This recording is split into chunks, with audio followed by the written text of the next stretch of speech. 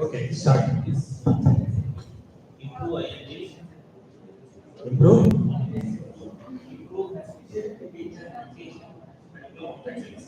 Okay. Next, improve.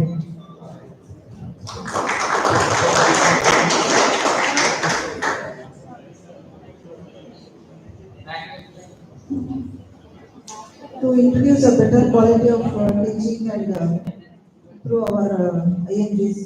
Who is that? Yes, ma'am. To improve the quality of our education system and knowledge and improve the standards of IMGs. That is the goal. That is the goal. Here we have to say role. Role of that. Role by conducting seminars or training programs. Next. Yes, periodical training for the faculty. Next.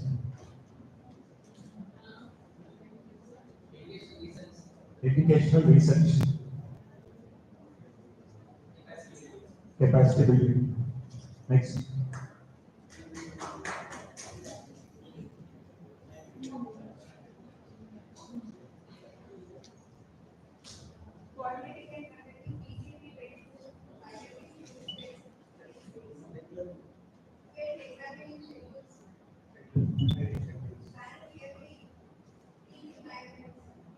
Teaching timelines. Okay. Yes. Yes. Giving constructive feedback to the departments. Okay. Next.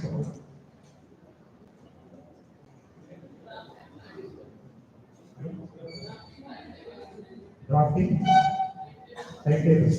Yes. So these are the all the roles of faculty and role of MU in medical college.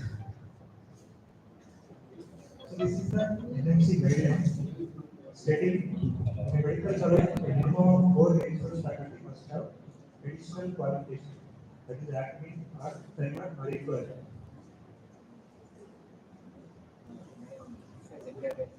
Minimum 8 core faculty, MU faculty should be minimum 8 and have minimum of basic course at a nodal center or research center. At least 50% faculty should have received advanced course. This is the NMC guidelines. So what is the role of curriculum committee, MU and HODs? So curriculum committee, it is the overall in charge of the curriculum planning and curriculum delivery and they meet at least 6 months and provides oversight and support for the curriculum program, plans and approves the curriculum and see that it is implemented, provides necessary authority and support for the work of the curriculum. Next, MU.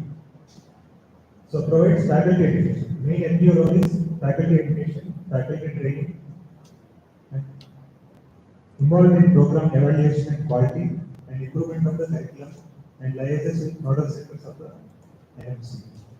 So ultimately, who is responsible for implementation is HODs. So HODs are responsible for curriculum implementation in the department. They will identify training needs for the faculty in their department and ensures smooth delivery of the curriculum. It ensures that department responsibility in aligned and integrated blocks are completed. So this is the latest circular from NMC to conduct curriculum committee meeting every 3 months. So now we are doing it for the past 1.5 years. Every 3 months we are conducting curriculum committee meeting. And every 3 months we have to submit this feedback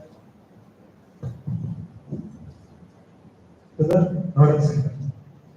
This feedback form contains all the elements regarding teaching, how many competencies we have completed, how many hours we have taken, so how many electives done. This entire information we will gather from the departments and we will submit to the NMC.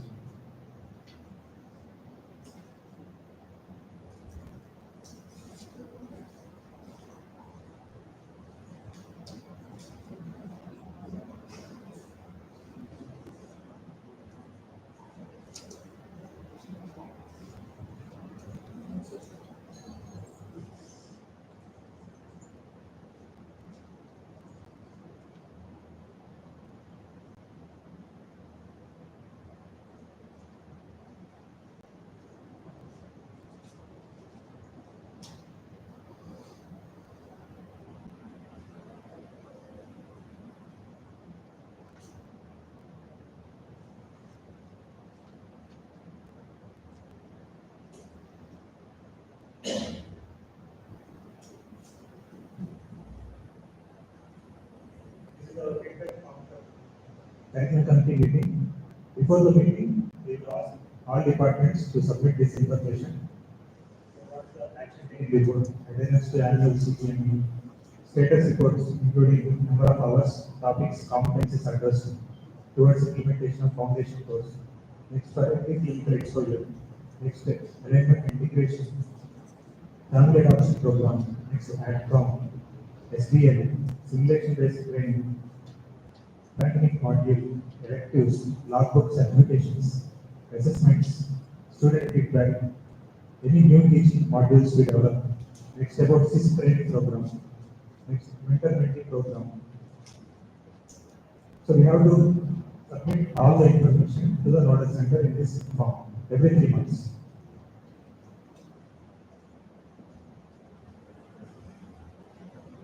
So this is the form we are collecting from all the departments. For each batch separately, every 3 months we are doing this. We have the batch-wise reports, and this is the consolidated report. How many hours, topics, competencies completed. This is the entire report we are getting from the departments.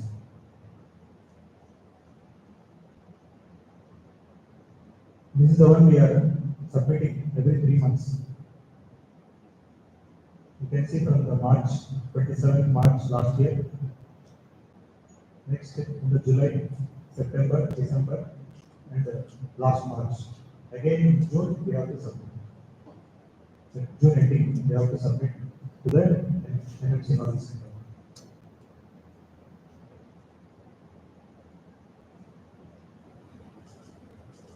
So this is all the work going on in curriculum committee and MEU. So role of MEU and faculty. Faculty development programs. MEU main responsibilities to conduct faculty development programs, focus topics as per the need of the college, create learning material, non-NMC approved small faculty development programs or orientation programs that also we are conducting, and support role for capacity building, train facilitators for SVL, and coordinate with the research centers, prepare and maintain reports, and record of the proceedings. So all these activities we are doing. So all the faculty must undergo basic course, BCME and CIS course. Next, CIS will be mandatory. Next year, after 2 years, CIS will become mandatory. That is curriculum implementation and support program. This is the NMC circular on faculty development programs dated 22nd March 2023. So this contains everything information we need. So what are the courses in medical education? NMC Academy, MHD, FIMAR, AME, PhD in medical education, and other courses are there. So advanced course is offered by nodal centers. So all curriculum committee members and MEU faculty must undergo advanced course. This is now it is 6 months. Previously it was 1 year. Next, Master of Health Professional Education and Foundation of Advancement of International Medical Education and Research and AME. These are also courses in medical education. These are available at various universities, PSC, Simon, Coimbatore. So that is about the role of MU and MU faculty and curriculum committee. Next, we will see networking. So, what is networking? How networking plays a role in medical education. So, networking means creating interdependent or interconnected groups or systems for the mutual benefit of all the members. So nowadays, network is networking. Some are earning by tweeting. So one tweet they will earn nearly in dollars. This is the top earners in Instagram. For each tweet, they will earn that amount. So networking is medical education. So it is nothing but creation of interconnected relationship between the faculty, trainees, and other stakeholders.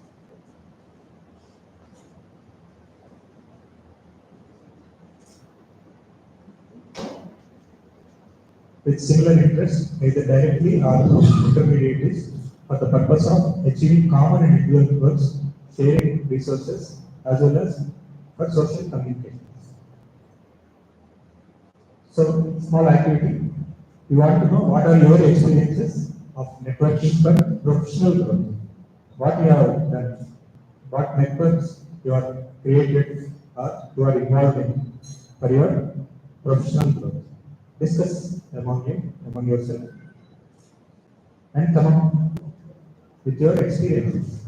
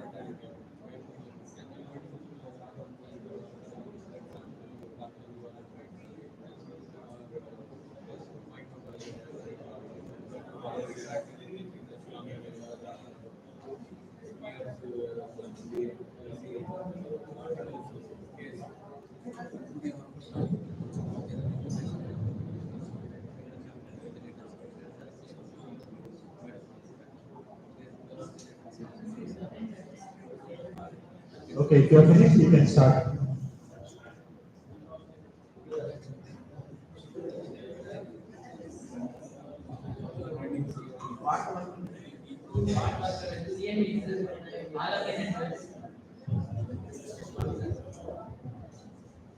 Hello? Today, two meetings. No meetings. Okay. The challenges. Certain arguments overcome the challenges. Record and send to participants. Two meetings. Okay. Next. Okay, conduct CM is part of the CM is the conferences for the web. And not only networking meetings last web. Challenges are due to time constraints, many people couldn't attend. Money and fund shortage. So things to overcome the challenges. Incentives can be given to attend meetings. Online classes can be done on holidays or something. Self-paced learning can happen.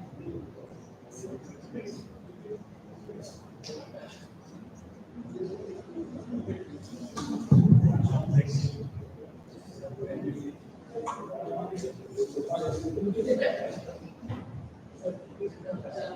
Next group.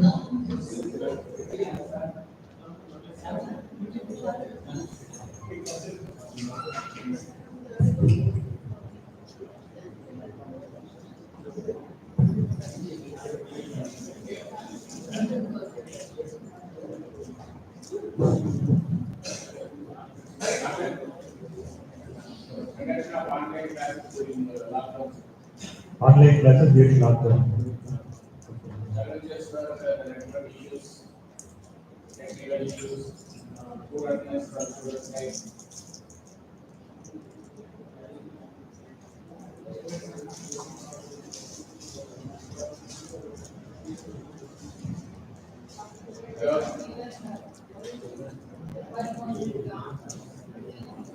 They want to- Can I stop? This concept, right, is but then people is not what we are asking. Taking online classes is not networking. Taking online classes is not networking. Conducting CME is not necessarily networking. What does it mean? So, what does this mean? What does networking mean? It's not for internet forum. No. It's not .com internet. Collaboration. Yes. Talking to somebody in another center. Me coming here, meeting all of you, is network. You get to meet me, I get to meet somebody. And together, if we do something else, then both of us can grow. That is the idea of it. So taking classes is relevant. CME, yes, can be an opportunity for networking. Provided you meet people there, then you set up a collaboration. They learn something from you, you learn something. Is this concept clear? Telemedicine, sir. Telemedicine. Telemedicine is not networking. Telemedicine is not networking. You don't need to be a doctor to network. Have you seen any, like in shows, this the entrepreneur, they want to meet somebody to get something else, that's a network. Okay. Network is not the internet. Network is the human connection between all of us. In a professional setting, a good example of website that can help you do that is LinkedIn, right? So is that concept clear, I guess? So suddenly you're going into something else. That's why I thought I was talking. Sorry. Any questions? So what about the paper publications? Paper publication? We discussed that. That's fine. So that's an internal network between you. Suppose you want to collaborate with another department. Say I want to do a sentinel work. I contact department of anatomy or whoever it is. That becomes my network. We both together contact center for stem services, whatever. That can be a network. Okay. It can be a network also with our colleagues in our social side. So social side. I mean, especially ASF people must be working with them. Social workers, the philosophers, so many things are there. Basic scientists. We network with everybody. Provided this is your professional growth. Your professional. Does that make sense? Thank you. Sorry for Next group.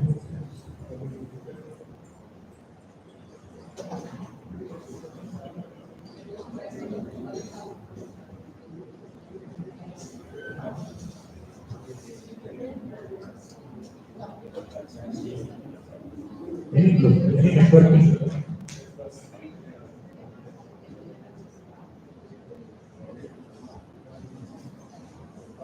For my professional growth, interacting with seniors, so to know new things. Network. What is the network? Professional growth. Through which medium you are connecting?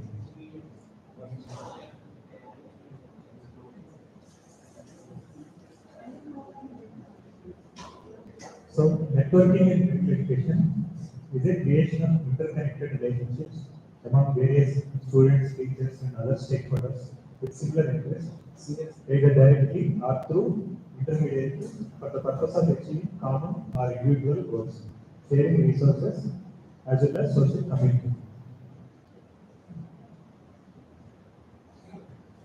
Any group want to add?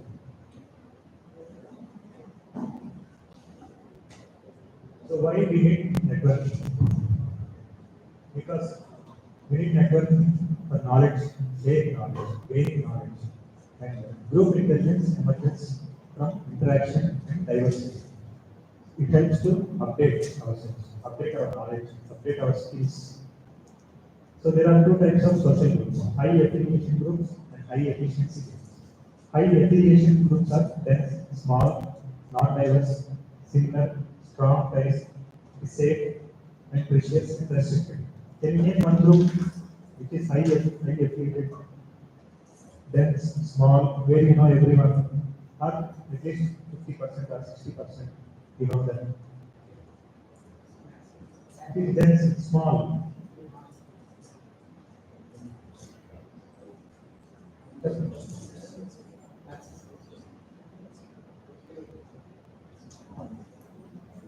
We are using it daily. WhatsApp. So it is a small group, restricted. You know, some people, not everyone, you know, and it is not diverse. Okay. Next, high efficiency. It is large, weak ties.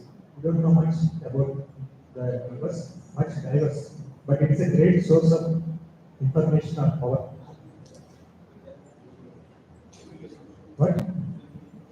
LinkedIn, Facebook, yes, Twitter, they are all high efficiency groups, but we don't know all.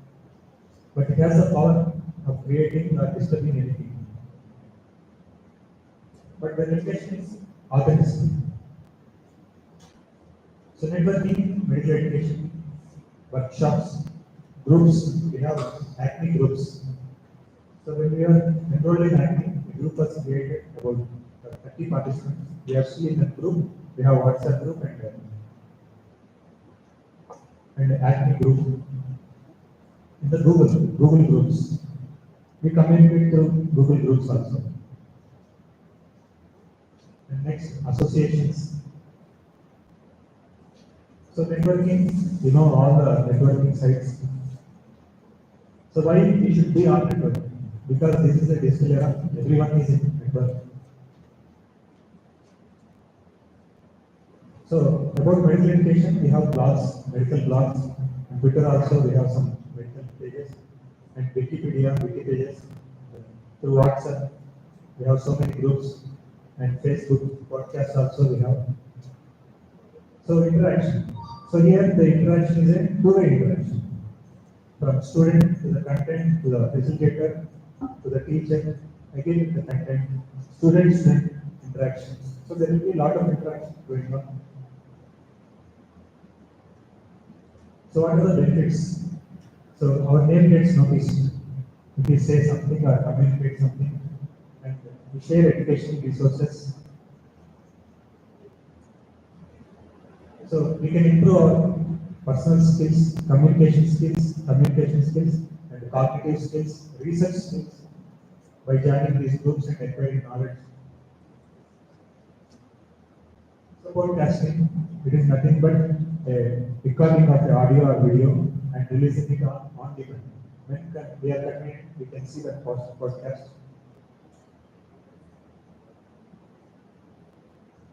Next, Facebook in medical education. We have so many Facebook pages of some institutes where we can share or acquire knowledge. So any Facebook page. Like that, so many Facebook pages are there for research also. You know about YouTube. So now medical education videos also we are recording on YouTube. So all types of material or content are available in the YouTube. Next, Medscape. Next, blogging. So tips for safe networking. So first identify what your goals are and how your knowledge or interaction with the network can shape your experience. Select a tool based upon your goals and strength, and select the platforms available to support your educational activities and professional growth. And first observe and establish comfort, then only you join or continue your group. So make some initial connections and then continue the group or network. So there are so many guidelines for sharing information or continuing in the networking groups. Some health organizations, they have given some guidelines, mainly pertaining to patient information, privacy.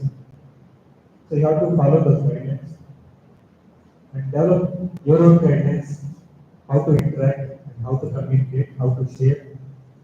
So keep all patient information private. Whatever you share in the social media or networking, that is permanent. You cannot erase it. So you have to be careful to prevent future adversaries by keeping all the patient information private. So if you want to interact with your trainees, you can interact only with your past, those who are completed. And only when they start or request to connect with you on social media networks in a protected platforms only. And always share credible information. Don't believe what you see, what you hear in the social media or networking site. First confirm the authenticity, then only you share. So this networking or social media can be helpful in teaching, like a flipped classroom. So we will give YouTube videos references or journals references or Facebook references, networking references, so that they will prepare. Students will prepare and come to the class, and then you can discuss. In that way, you can utilize these networks or social media groups in a way for flipped classroom. So to advance your research, to grow as a research person, you can utilize the research networking sites. So that is all about network. So think twice before posting, before tweeting, before giving any information on social media sites or networking platforms. So you cannot erase it. Everything is archived. So disseminate accurate information, countering inaccuracies, and modeling professionalism, engage learners. So disadvantages of the networking and social media groups: authenticity, plagiarism, and intellectual property rights. So these things we have to keep in mind before interacting.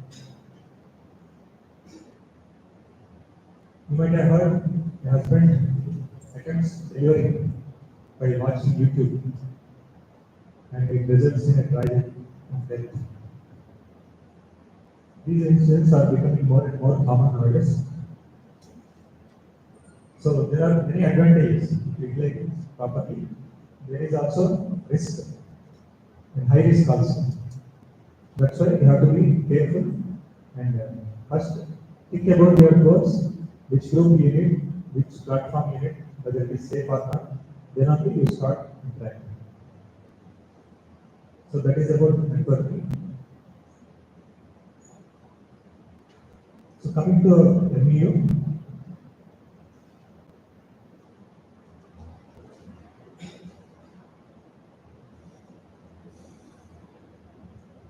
so regarding preparation of timetable, it is the responsibility of the title company.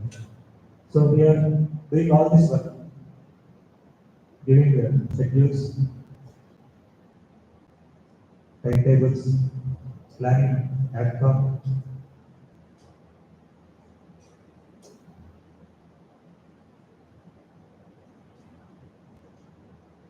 We are doing 1 year timetable, prepared timetable, in collaboration with all the departments, and also clinical postings. We are doing 1 year plan. This is the phase-wise timetable, day-wise, and also it includes competencies.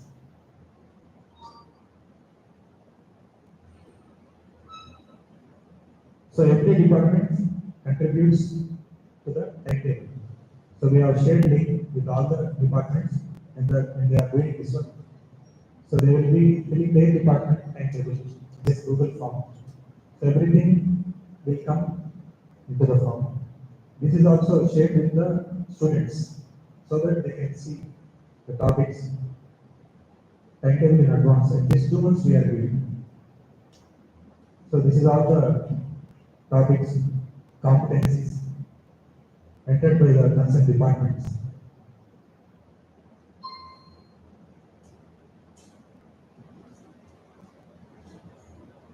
So here you can see how many hours every department is allotted as per the CBME guidelines. This is for 2022 batch.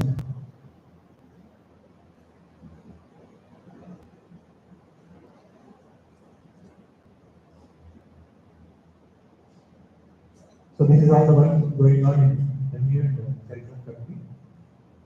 With this I conclude. Thank you.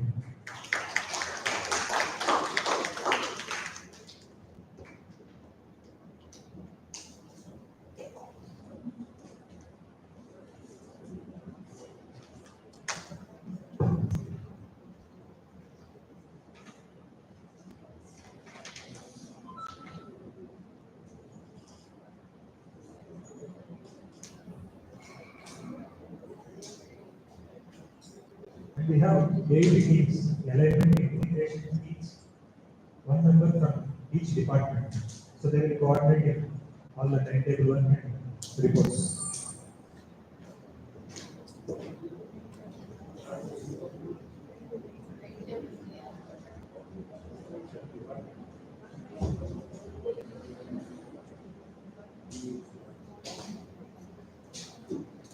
We'll go for lunch.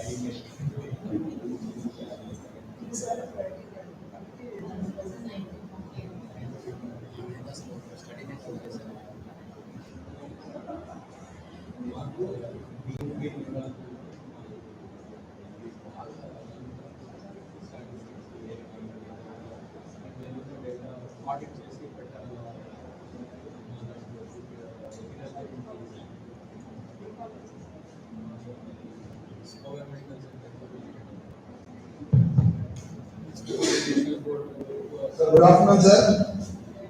Madam, good afternoon. Thank you.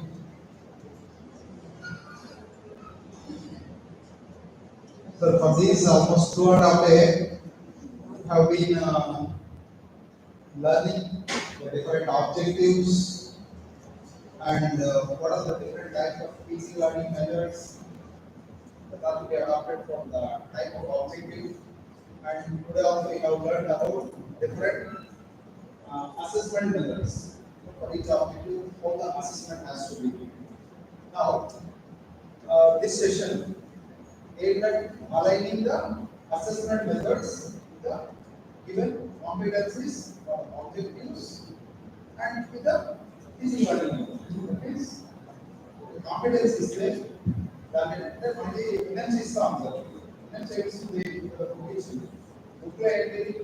some thousands of competencies in the MBBS graduate and pass the college. దానికి మనం చేయాల్సింది ఇంకో confidence అంతకన్నా detail గా చూడలేదు ఆ ఇచ్చిన కాన్ఫిడెన్స్కి మనమే ఆబ్జెక్టివ్స్ తయారు చేసుకుంటాము తర్వాత it will be the best learning method అని చెప్పేసి మనమే డిసైడ్ చేసుకుంటున్నాం దాని తర్వాత ఏంటంటే ఇది టెస్ట్ చేయాలంటే ఎలా అనేది కూడా మనకే వదిలేస్తారు అలాంటప్పుడు ఏంటంటే we should be aware of aligning this all of this so now in this session. This will be doing this. So all of you should be able to choose an appropriate assessment method for a given learning objective or competency from the teaching learning method. So for choosing an assessment, before choosing an assessment, what we need to know of? One thing is competency. So whatever the class that has been assigned to you, whether by HOD or by yourself, first we need to see our book under which competency falls. What has been mentioned in the competency? So we need to identify the competency and also the level of competency. That is, whether it falls at which level of leadership, whether no or goes out or shows out or does, like that. And next, for that competency, you should be able to prepare SLOs. Either it may be single or it can be multiple based on the competency. Sometimes the competency may have 2 or 3 verbs or even a single verb. But based on that, also on the pillars pyramid, what the learner has to learn, then what we the SLOs we need to design. But so what the chapter already chapter madam smart criteria like objective. Smart ఏంటంటే ABCD whenever we are defining an objective, follow these 4. Right? We need to know who is our audience. Against whom, our class is directed IELTS. That is first previous or an internal. Next is the behavior. That is what he is expected to learn. So that is the key word. Next is condition. Under which conditions he has to learn. And last is the degree. Okay? To which degree he has to learn. Whether he should be able to do it 100 out of 100 times or accurately like that. We need to mention that it's not a degree of attaining the objective. Next, after that, choose the appropriate teaching learning method for each of the objectives. So, for given competency, if you have learned like 2 or 3 SLOs, so write or develop a teaching learning method for each of these. Even the objective ఏంటంటే ఒకటి most level లోనే ఉంటుంది, ఇంకోటి shows how level లో ఉంటుంది. అలాంటప్పుడు ఏంటంటే teaching learning method shows దానికి డిఫరెంట్ ఉంటుంది, shows how దానికి డిఫరెంట్ డిజైన్ చేసుకోవాలి. Likewise, to make it multiple and appropriate teaching learning methods, you need to choose. And next, choose appropriate assessment tool. Teaching learning method అయిన తర్వాత సరే మనం చెప్తున్నాము, మనం చెప్పిందే బట్ నేర్చుకున్నాడా లేదా అని చెప్పేసి ఎలా టెస్ట్ చేస్తాం. How we know చెప్పేదే assessment and will be making the appropriate assessment methods. And next is administer the assessment and record the result. When say we talk about assessment as a output of the assessment, the terms of marks or degree or grade whatever you can give me, so we need to assess it and record the result. And next, we need to get we can use the feedback to learner based on the grouping of results. Whether there can be multiple objectives of one person can be good result, can be given a feedback, or it can be to the multiple students who are performing at different levels or similar level can be given feedback. So this is an example given by GMC. So likewise in our book it has been given the different competencies. So example you can see the PA corresponds to pathology, so 42.3. So in that it has been given as identify the etiology of meningitis based on given CSF parameters.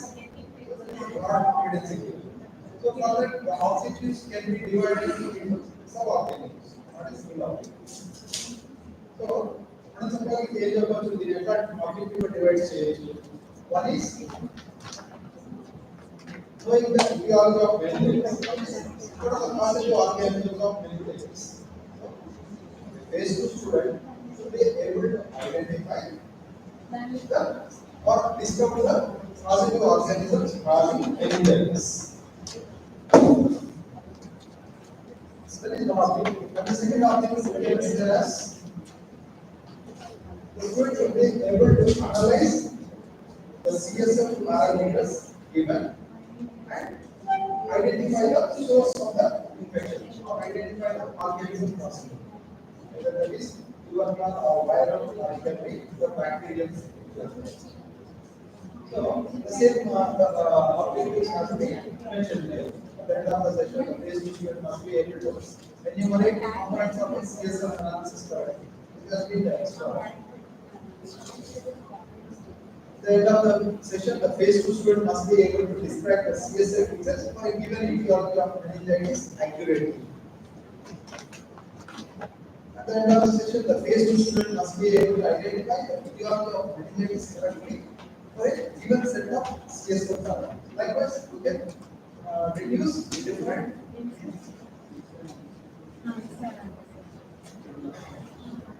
objectives. So the same objectives. For that, we need to now get the appropriate assessments to test this at each level.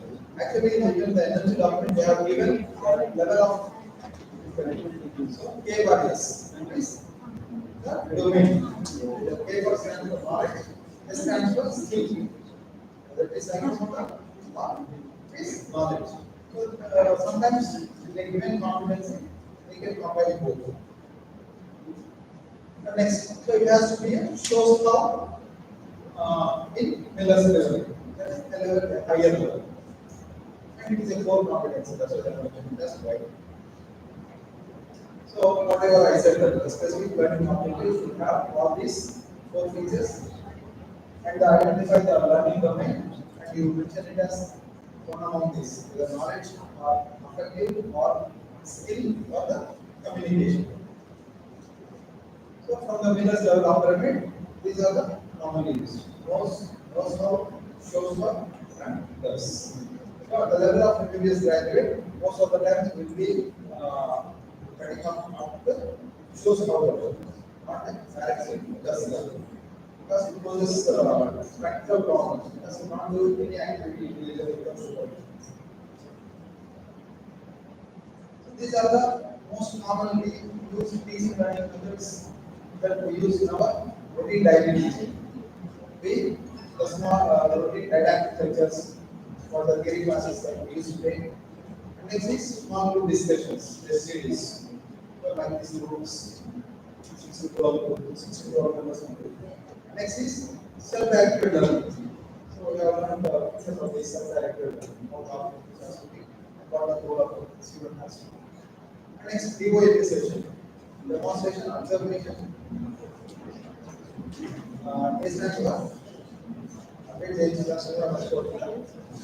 assist and perform. Next is role play, problem based learning, that is for a given set of problem, how we will be next is our routine morning trainings, either website trainings or case based learning. Now we'll see the different type of assessment tools that we do have.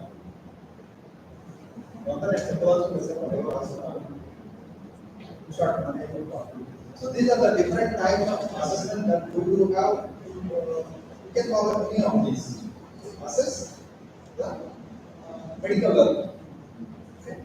Right from 360-degree assessment. I think unusually routine whatever.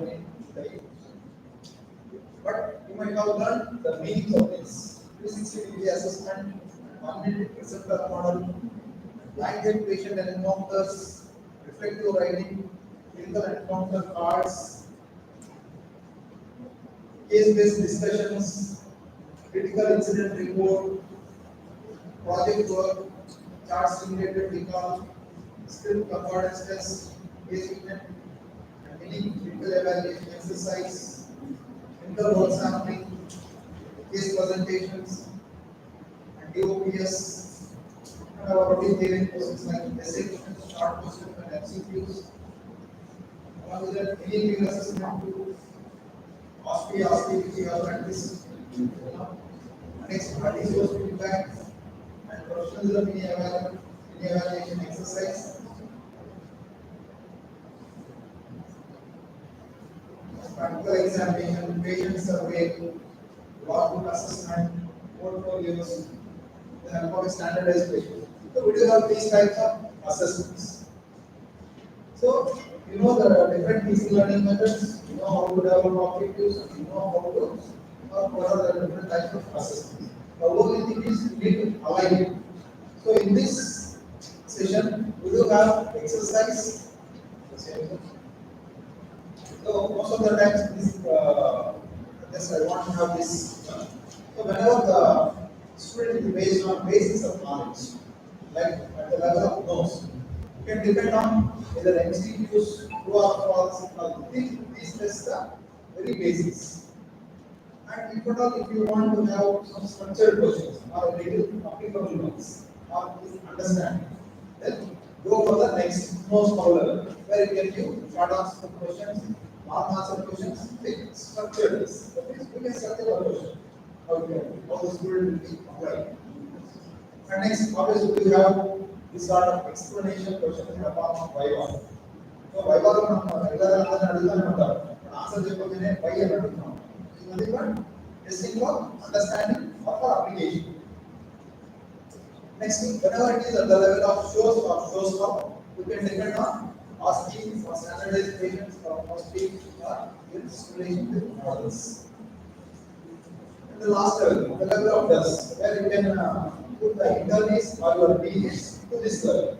Like mini clinical evaluation exercise, direct observation of procedural doing, next 360-degree evaluation, charts related to performance of reflection, workplace-based assessment, others.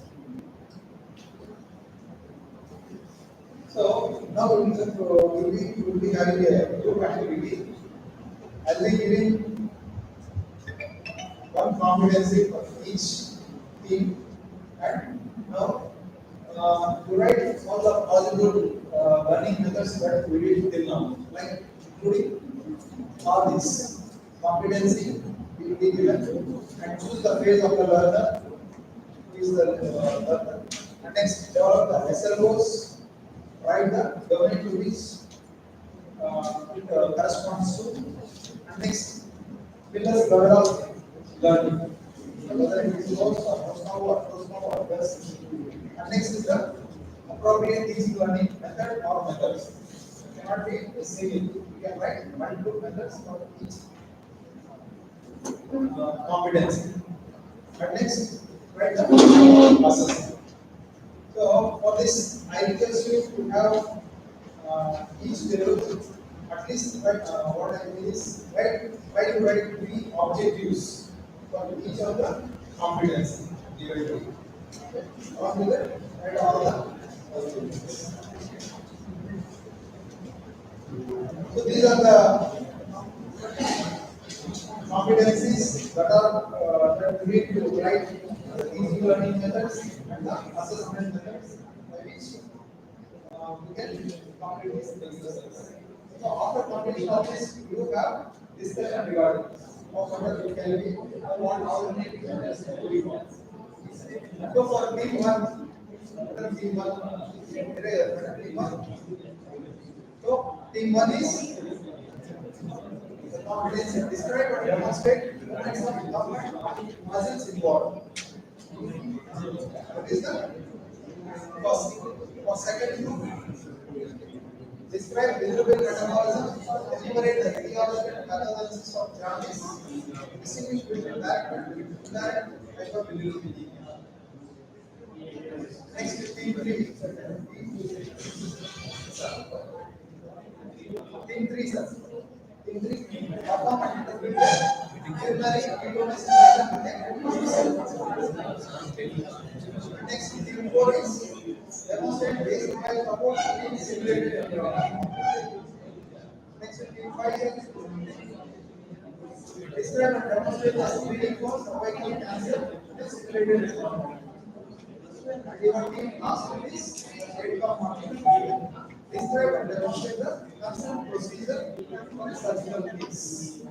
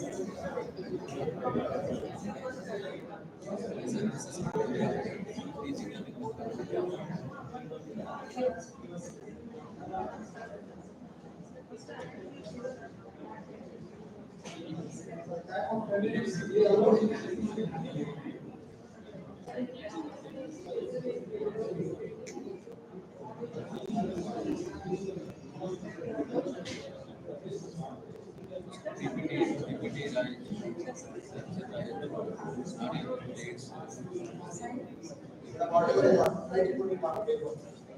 So one module has to present, we discuss.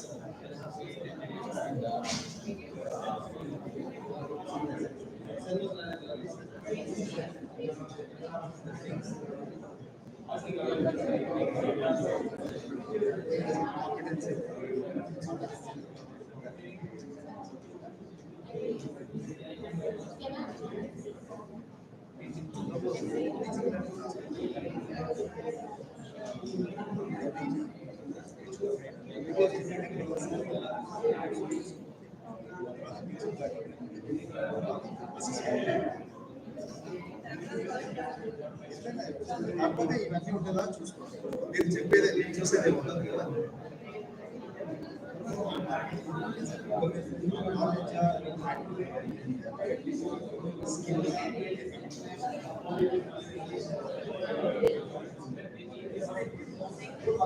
Discuss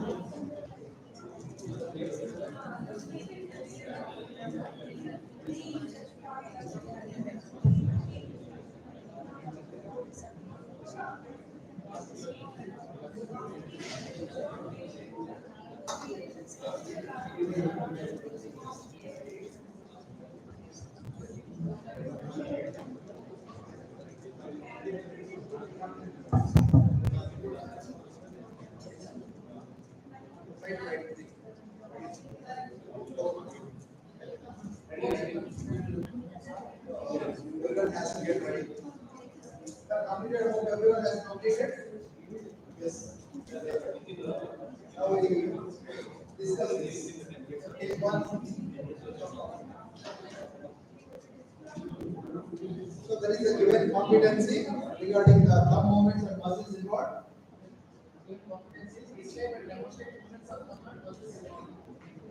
Okay, sir.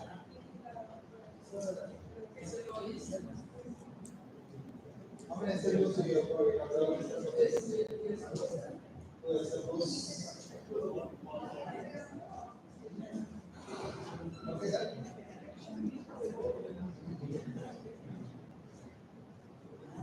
Okay, sir.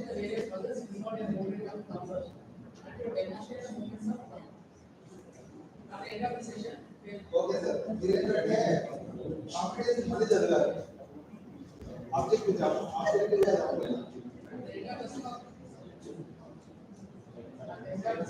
yes so an objective has to start like this only please మీరు ఏదైనా రాసుకోండి చెప్పేటప్పుడు మాత్రం ఏంటంటే right include of the ABC of this right include At the end of the session, something must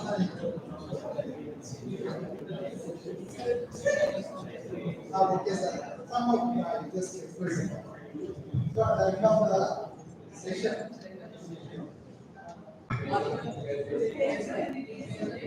yes the learner is here based on because the topic corresponds to learning okay sir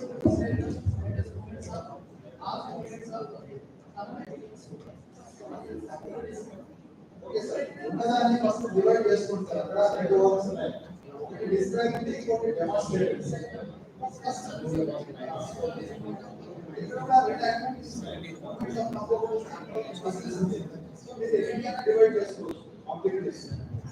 End of the session, based on the previous student, will they able to describe the movements of the correctly.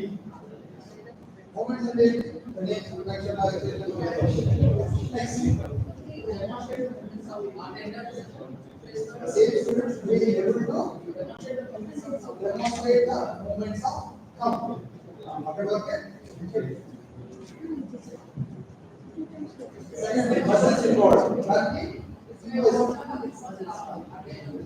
Yes, at the end of the session, students will be able to describe or list the muscles involved in each movement of thumb. A particular movement को muscle होती है.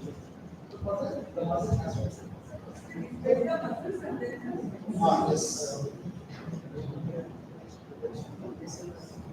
For that, muscle goes.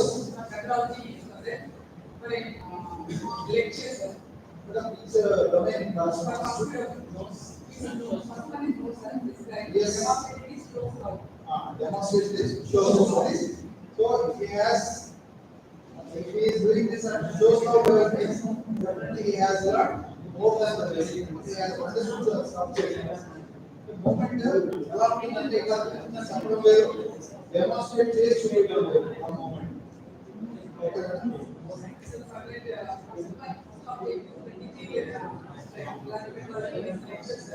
Okay, first you want to make a lecture. Is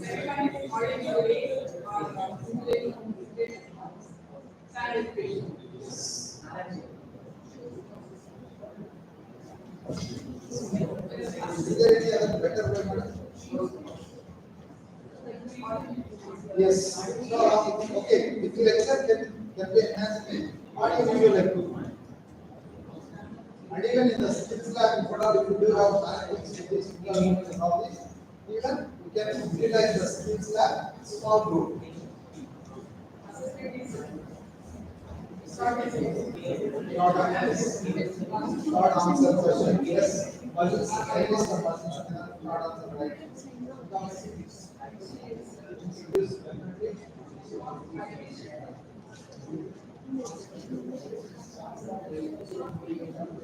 So actually, madam, we asked the which available tonight.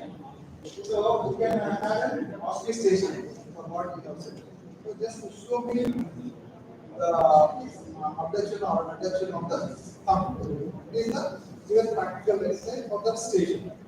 Okay. You can ask me exercise. Or in a DOPS, direct observation of the. It's not a procedure, a moment. Okay, madam.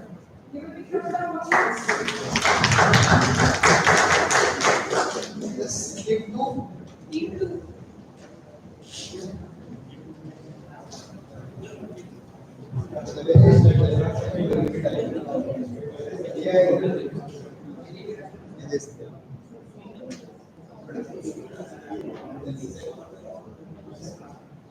Competency is described bilirubin metabolism, enumerate the etiology and pathogenesis of jaundice, distinguish between direct and indirect hyperbilirubinemia. At the end of this session, phase 2 MBBS students should be able to, my SLOs or describe bilirubin metabolism in detail.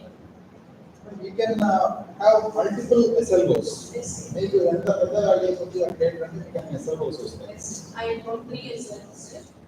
First is describe, the student will be able to describe Bilirubin bilirubin metabolism, metabolism, including synthesis or like the transportation includes it. But when it comes, what could the you can. The second SLO is describe etiology and pathogenesis of jaundice correctly. Third SLO is distinguish direct and indirect hyperbilirubinemia correctly. Domains are first describe bilirubin metabolism is nose. Definitely. Describe etiology and pathogenesis of jaundice is also nose. And distinguishing between direct Cognitive and domain, you want to say. nose how. Distinguishing between direct and indirect is nose how. Yes, Cognitive no spouse. Or if you are taking your teaching learning method to little high, you can take it to shows how also, not only knows how. If it is a case-based scenario or whatever that you take up, you can go to next level. Yes, madam. What is the teaching learning method? Teaching learning method is lecture, small group discussion. So for the first objective it is you want to take a class? Lecture or small group discussion. Lecture or a small group discussion. Yes. Knowledge and methodology is also lecture, audio visual aids, and small group discussion. Yes, madam. Can it be a little better than our own lecture and discussion? Video, audio visual aids.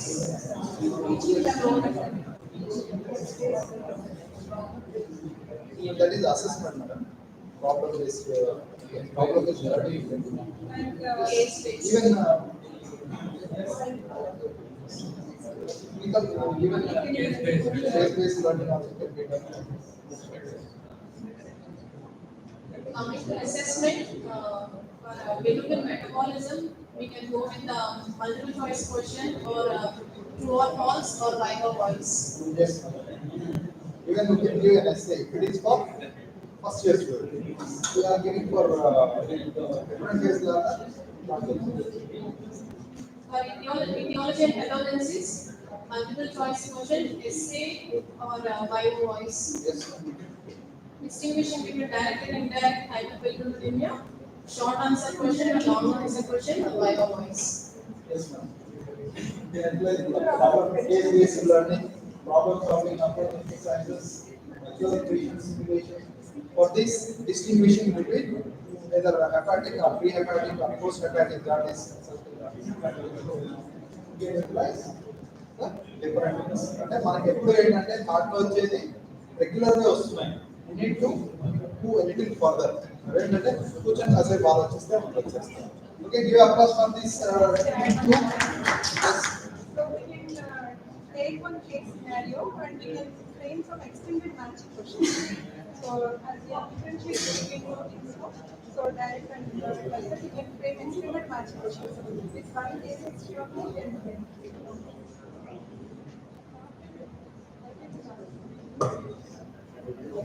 and madam, you sir, you please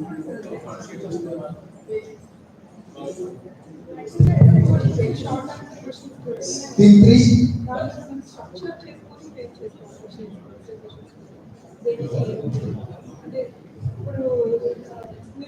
Hello. We are glad to see our competency is performing and interpretation of urinary feedback bodies, especially urinary performing and interpreting urinary feedback information with the treatment. Okay. So we will attend. Learners, page 3. Page 3 students. We invited this topic to 2 Excel was. One Excel was performing urinary feedback participation. Number 2.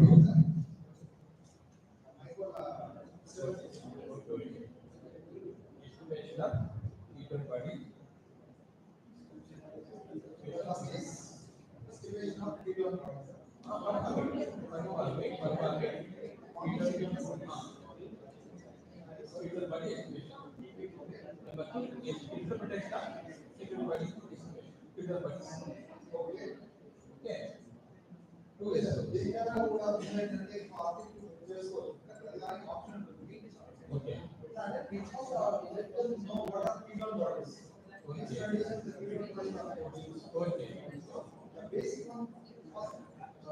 First objective will always be very basic one. Because what are serial products?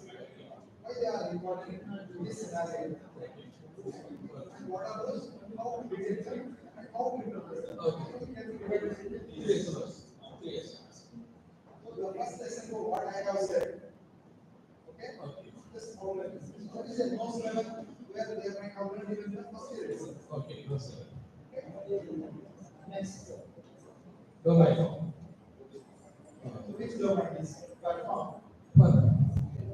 Psychomotor. Yes, sir. Perform is always a psychomotor. Interpretation. Cognitive. Yes, interpretation is higher level of cognitive. Level of Pillars. shows Shows up. Teaching learning method. BYP. Demonstration. yes, teaching learning Small group. Small group discussion.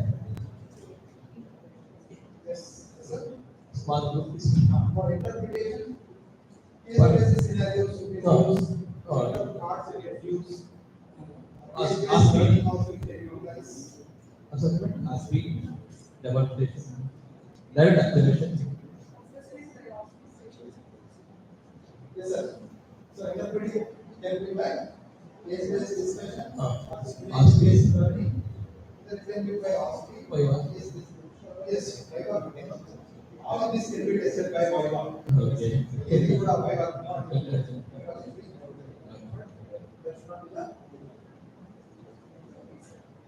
Okay, sir.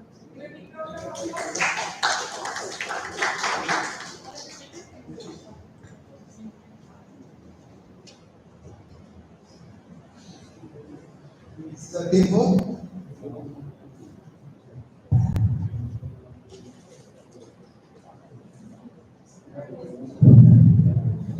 Some like competency, competency.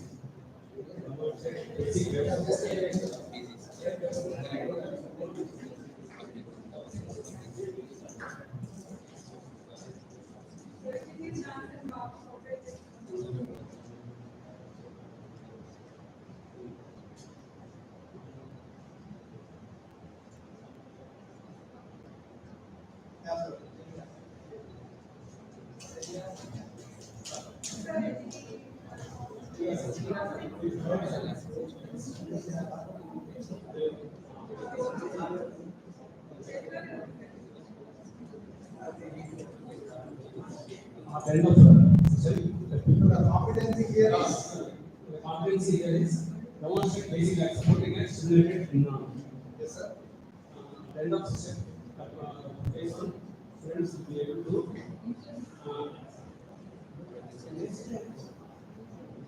based on what we do, my specific objectives, ECLS, basic life. Yes, First thing is what is basic life support? Second, sense of PCLS. Yes. So second one is the student should be able to enlist the steps of basic life support. Third is demonstration of sense of PCLS. Yes, sir. Now మీరు చూస్తే ఏంటంటే అన్ని order ప్రకారం ఉన్నాయి. ఒకటి first divide చేయాలి రెండో తెలియదు తర్వాత ఏంటంటే స్టెప్స్ వైజ్ తర్వాత లాస్ట్ ఏంటంటే పర్ఫార్మ్ అంటే సిమ్యులేటెడ్ ఆర్ స్కిల్ అన్నది Domain is cognitive cognitive for the basic level knowledge of knows. Yes. second one is cognitive. Second one that is steps of ALS is cognitive definitely. Those ఎందుకంటే we has to list the steps in order. ABC చెప్తాం CBSE కాబట్టి we has to by knowing by understanding. So it is knows about. Demonstration is psychomotor. Yes, sir. Demonstration and management. Psycho. And which level? Yes, shows how because the teacher is I know that how to do it. Shows how. Yes. What are the ways to assess these? Already because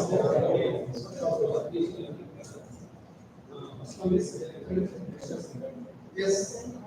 One is didactic lecture or small group discussion. These are again the CBA like implementation వస్తుందో ఇక్కడ నుంచి మనకి ఏంటంటే first option to take as lecture has gone lecture అనేది పక్కన పెట్టేస్తున్నాం because it is the Now what you want to get the least effective. The reach of the didactic student is less. That's why they want to do more for small group discussions. Even guidance if they need a money, less than 50% of the topics has to be done by lectures. Right? They do the series. Second group is the intuitive methodologies. Regarding the steps. Regarding the listing of the steps. Lectures, group discussions, or lectures.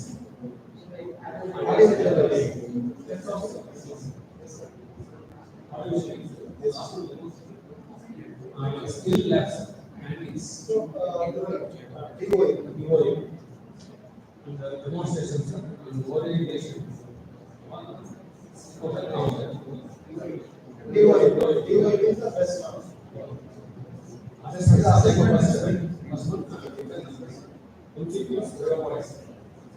So even any short answer question you can include as MCQ. Even 5 hours also you can ask regarding this.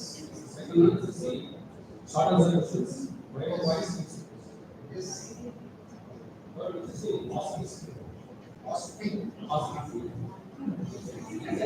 So even the ask also, you can ask only, not all together you must ask. You can ask one specific step. So just show me the chess compressions. Like, you can ask the bottom procedure you demonstration and direct observation of procedural solution. So you will be giving a feedback. Or whether what are the steps that he has done wrong or it's an error. So you will practice and you will be practice. So after next week, Maisa. అదే కాదు మంచి topic వచ్చింది everyone is saying okay.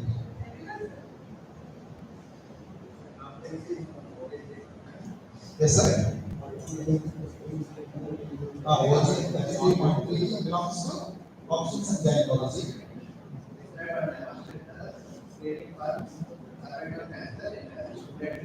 Simulated patient or simulated patient. Okay, the reference part 2 students find the previous part 2.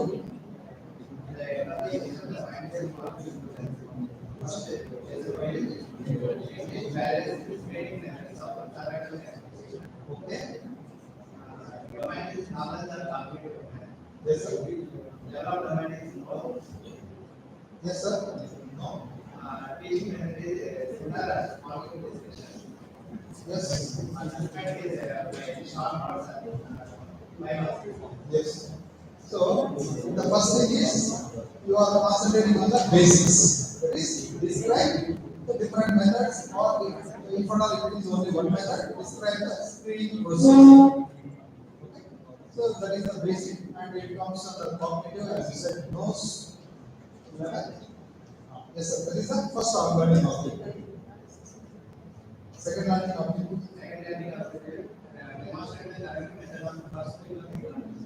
Yes. So the students will be able to demonstrate. Okay. We get a choice. We already can make it into multiple objectives. Speculum use చేసిన తర్వాత ఏంటంటే okay sir sample కూడా తీసేసుకోవచ్చు. మీరు ఇంకోటి add చేసుకొని చేసుకోవచ్చు. No issue. Yes. So what is this? Students should be able to use the speculum. Yes. Yes, that is a skill. So it comes under psychomotor domain. Shows how. Yes, sir. Okay. The teaching method is DOAP. This one is simulated patient condition. So it will not be clinical case. So it should be the skill lab those years or the management point of practice. Not a clinical case.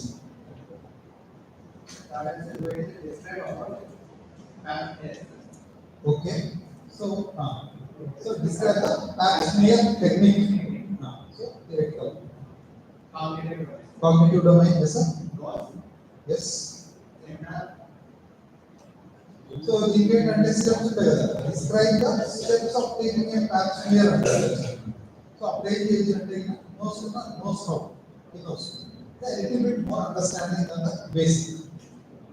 So it should be like first areas to the some employee applies so that visible areas to develop areas to be assessed. There are pap smear areas. So any area of measurement should be enlist rather than vague description. Okay. So what are the teaching learning method for it? So seminar kanu kuda steps చెప్తున్నారు కదా. So when is practical అయినా కూడా చేసి చూపియాలి. Let it be DOA, nothing wrong. It will be observing the demonstration. Or simple demonstrations. Okay. Sir.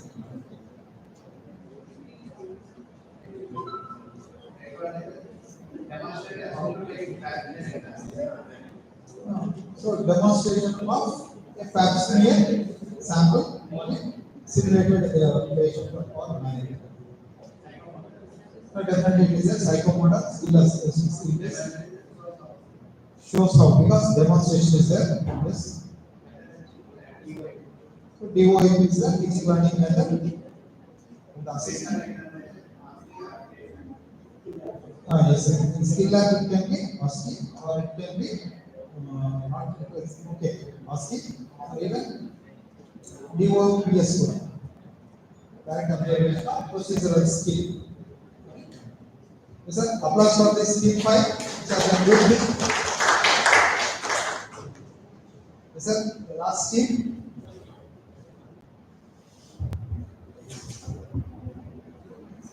Competency is describe and demonstrate the consent procedure for a such case. Yes, sir. There is three parts. Okay. So the divided or syllabus into these. Okay. First is he should be able to describe the procedure, surgical procedure, its complications and its outcomes. Okay. First and foremost is to be surgical procedure the patient is undergoing. First, the learner should be able to know all of this. Okay, sir.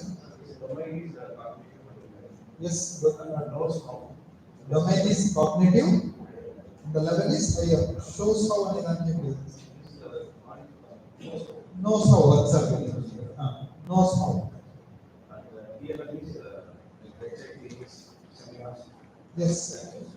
For which procedures consent has to be taken and what will be done in others. To question the patient's answers, he has to have adequate knowledge. For that, we can choose any of these teaching learning methods like lecture or small group discussions or knowledge. Yes, definitely. Okay, demonstration of the role play change. The first thing is because we are describing surgical procedure. What the surgical procedure patient are doing.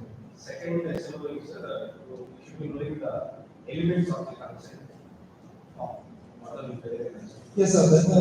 The student should be able to describe the Elements of the consent. or describe the procedures of consent.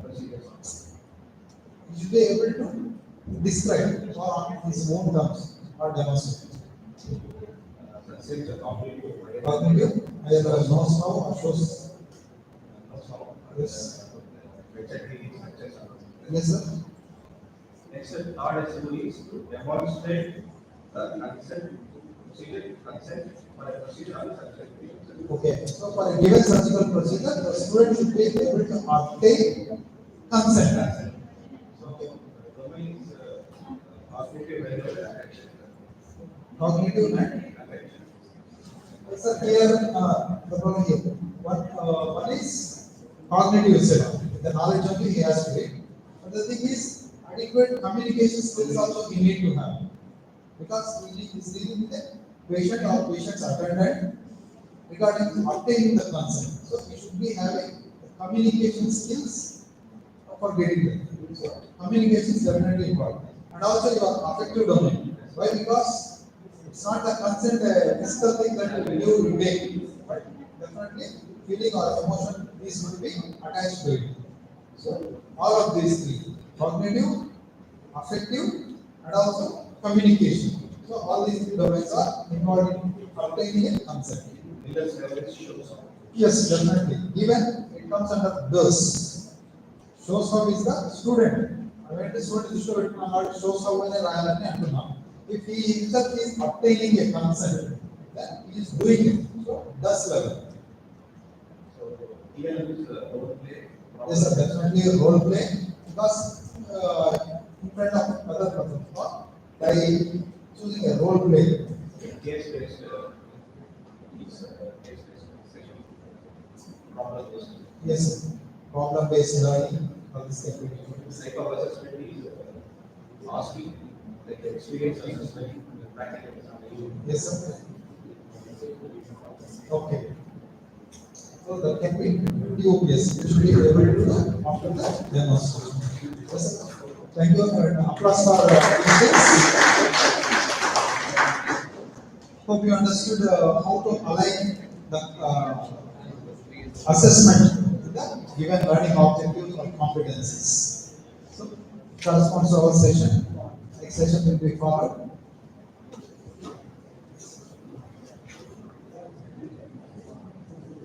Thank you so much, sir, for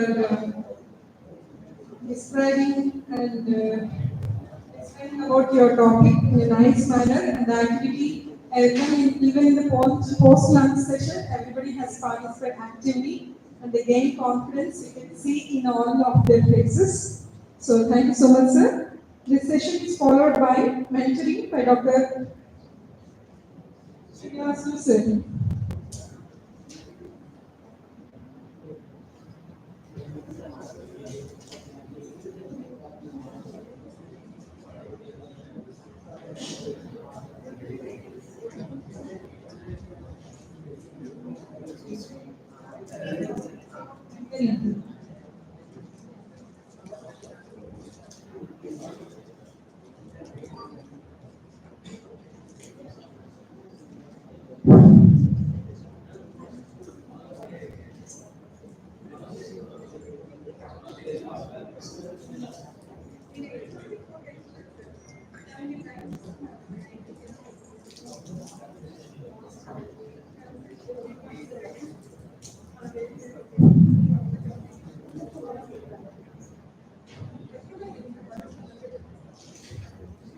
Good afternoon, one and all.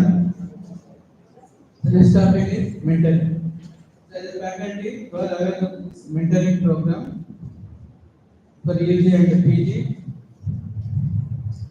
So at the end of this session, you are able to understand what is mentoring, what is the difference mentor and mentee, and objectives, that various models which explain the mentoring, and also types, various advantages and limitations of the mentoring. So this is overview. So need for the mentoring, what are the characteristics of mentoring, types and stages of mentoring and skills. So all the development of this mentoring from the Greek. So it comes from the Greek word meaning ending. So according to Greek mythology, so after the name, what is his friend? A mentos, who had the responsibility for looking after the farmers during his absence. So finally, the mentor is the responsible person. So in mentorship, there are common terms is mentor and mentee. So who is mentor? So high knowledgeable person, which shares his knowledge to the less knowledgeable person.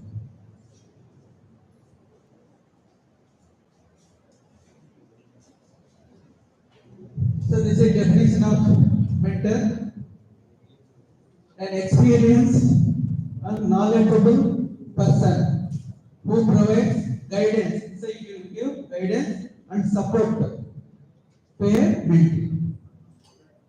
A mentee is someone who receives guidance and support from the mentor. So essentially, the mentor and mentee relationship is about sharing of knowledge and experience, which helps growth and development of the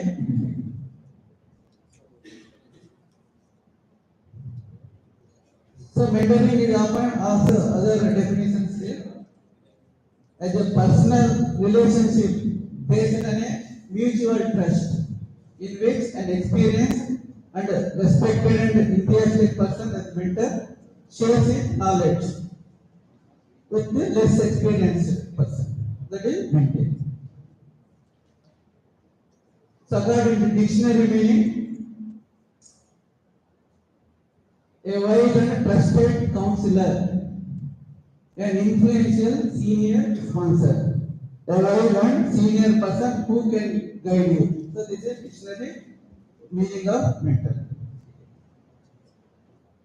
So according to our educational settings, many institutions have started using the concept and enhance the academic success and improve the overall well-being of the students. A number of research studies have been published which suggest that mentoring during the medical school helps in professional development of the students.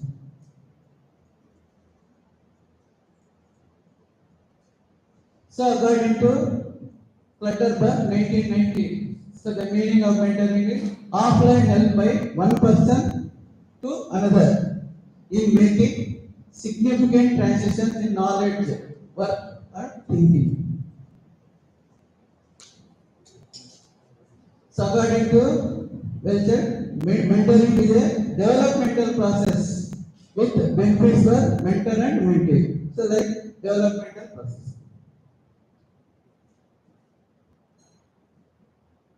So according to Pascal to help and support people to manage their own learning in order to maximize their potential and development their skills and improve their performance and become the person they want to be.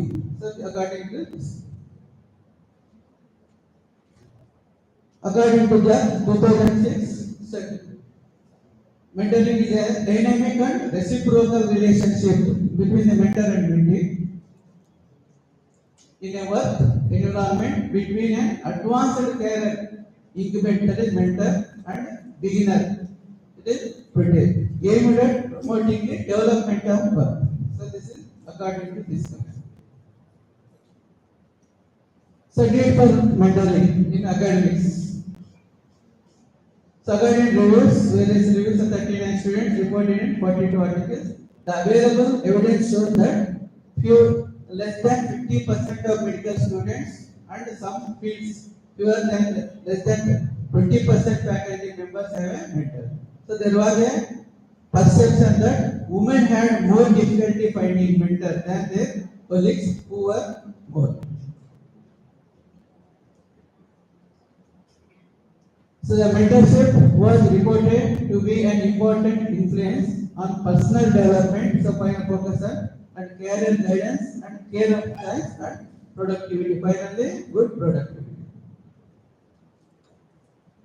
So these are the learning objectives. So understand the principles of mentoring. Apply this in principles of UG and PG.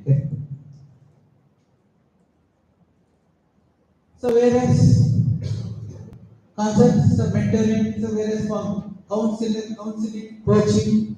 So there are various differences between the mentoring, counseling, and coaching. The mentoring mainly focus on the career of the mentee and personal development. Whereas in counseling, the psychosocial issues focus on the psychosocial issues. In coaching, particular, so development and perform issues at particular work.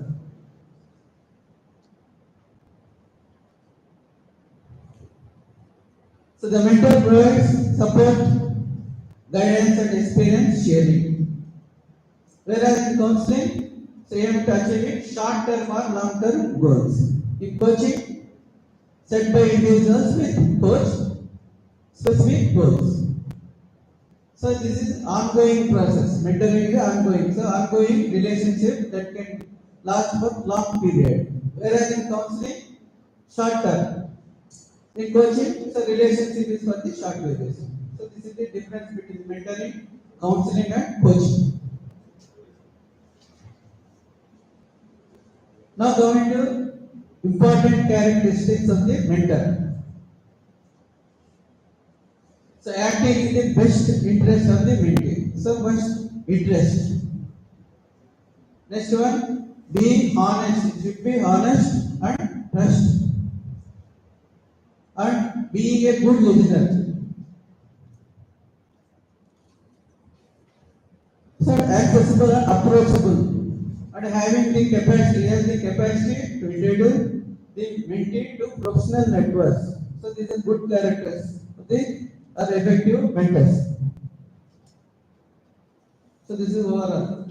So mentor is a training, give good training, good motivator, give advice, good advice, and goals and support and coaching success. So final outcome is success.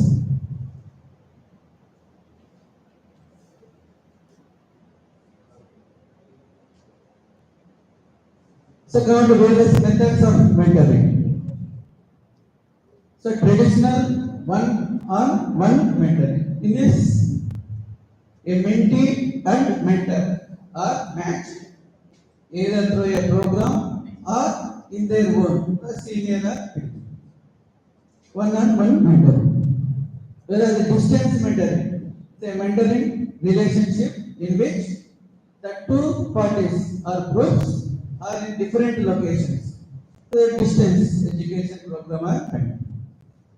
Third one is group mentoring. So a single mentor is matched with a cohort of mentees. So foster family. So this is the various types: one-on-one mentoring, distance mentoring, and group mentoring. Next, coming to types of the mentoring. So main important are two important types: informal and formal. So informal, whereas informal, the goals are not measured. In this informal, goals are not measured. Whereas in formal, goals are measured. So outcome not measured in informal. Whereas in formal, outcomes are measured and recorded. Should be recorded. Self-selection by mentor and mentee. Self-selection mentor and mentee. In formal, assignment based on the compatibility. So in informal, long and lasting, so there is a long and lasting relationship. Formal is the specific type. So this is the difference between the informal and formal type of mentor.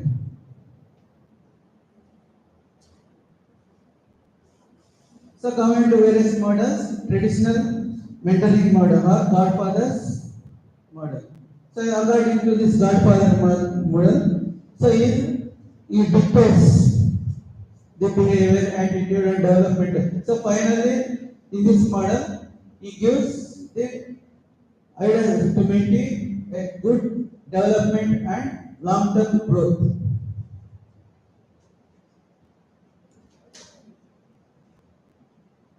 So according to equals mentoring model, in this model, a well-knowledge person which guides to the less knowledge individual, and also they are equally shared.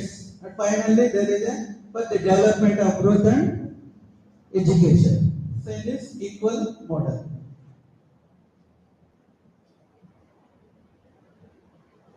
So old and new mentoring approach. So mentor selects one mentor, one only, and a carer mentor teaches mentee for young faculty, long term, and same organization. Second, mentee initiates. So now the new multiple mentors, pairs or groups, specific goals for all faculty. So variable term, right? Inside or outside. This is old and new mentoring approaches.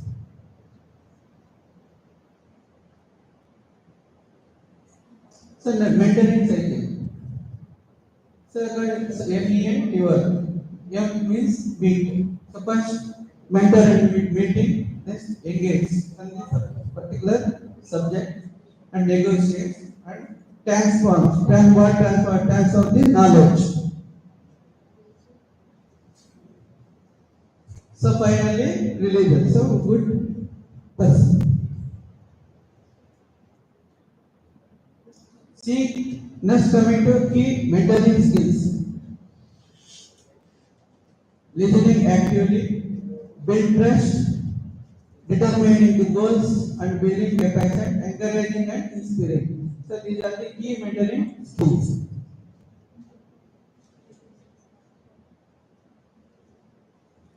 So regarding the evaluation of mental attributes in academic, UG, academics, and also at the school level. So at the entry level, the school levels. So in the mentor is a guide, a counselor, a role model, a trainee. So this is approach. In PG trainings, the colleagues, calibrator and friends. And established professional, they also a sponsor.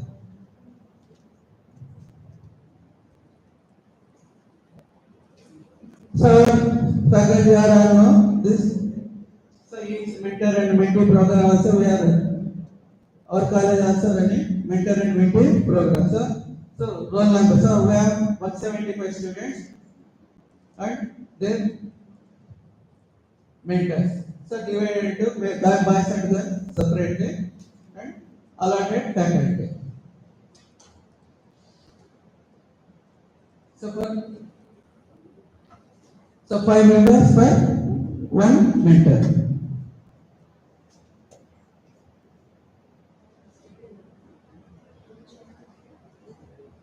This is 24 batch students. So separate for the girls. Five. 5 members for one mentor.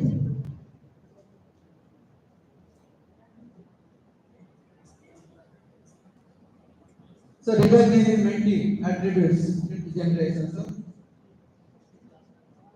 this is how many times it's scored.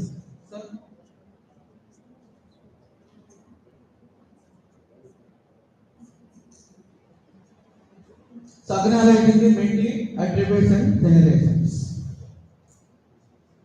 It is best to avoid categorization through, especially in trainees, as they can evolve with effective mentoring. PG to faculty exam. Recognizing differences help in formative assessment of students while bringing them to a common minimum as prescribed by the authorities. Usually one final year degree students. The answer is among the mentorship. Which have been in good mentoring relationship. Give this score 0 to 5. So 0 means strongly disagree, 5 will strongly agree. So like this.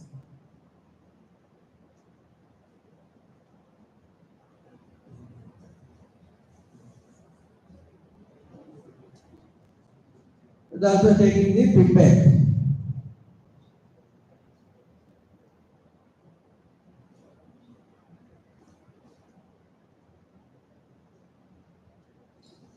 Now coming to advantages of mentoring program for academics, main important for development psychological well-being. First one, so better study habits, which gives the better study habits, and also the mentoring program which gives a better academic performance. So these are the important advantages of the mentoring program.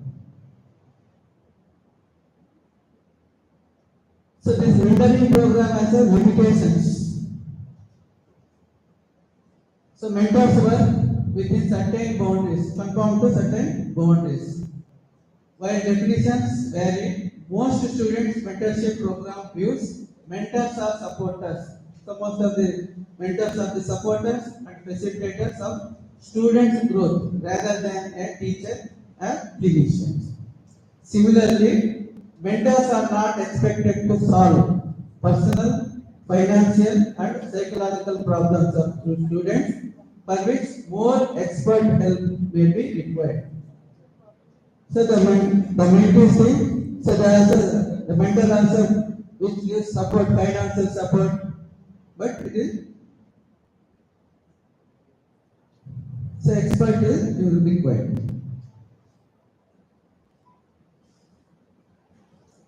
Now the group activity.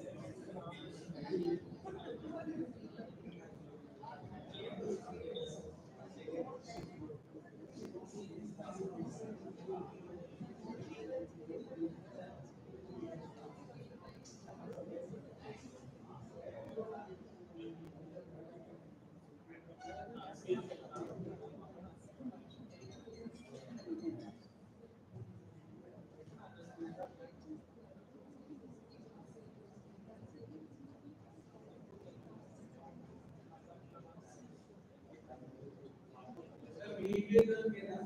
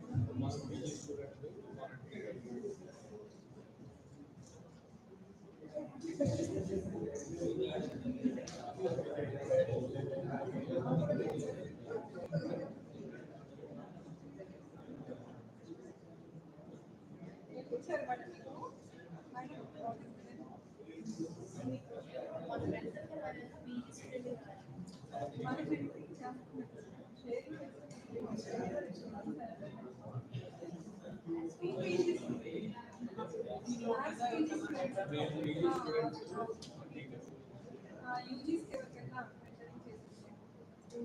UG students for interns ఎవరికైనా mentoring చేస్తుంటే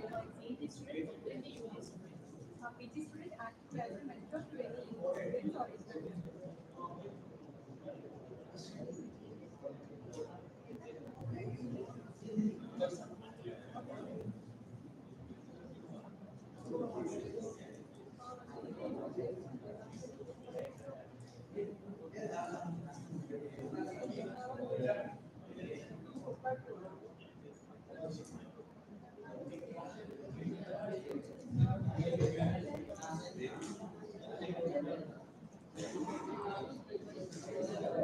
Group 1 ready now?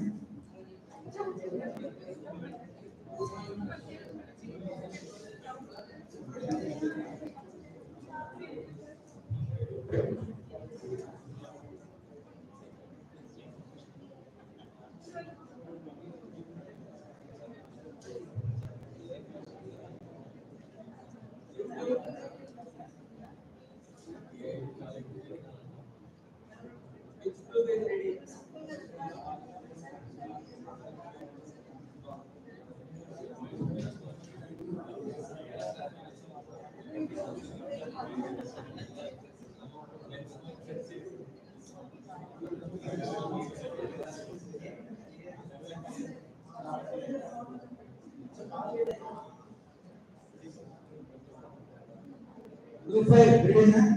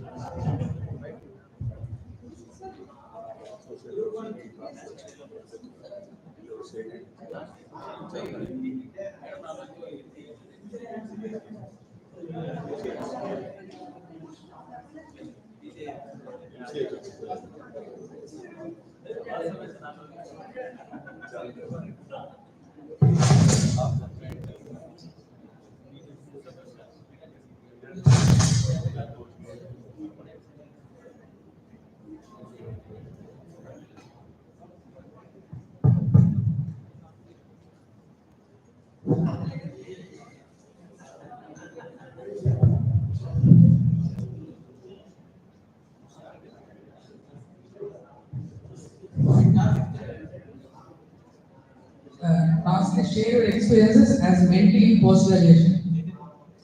My mentor guided me for my research and thesis work. He followed up in daily day-to-day academic activities, and he also enhanced my communication skills, and he helped in pursuing your further specializations.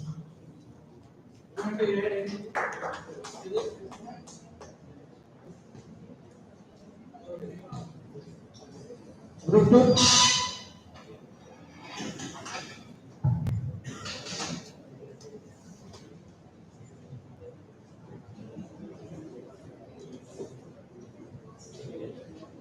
Share your share your experiences mentor as PG students. PG students. Mentor for PG students. So I guided for my PG students in daily routine, daily rounds to the bedside, and in research work, and I helped for for post presentation for research work and CMEs also. Um, Academics also. So daily 3 to 4 class will be there. So seminar presentation, case presentation, and journal clubs are there. So that also. Sir,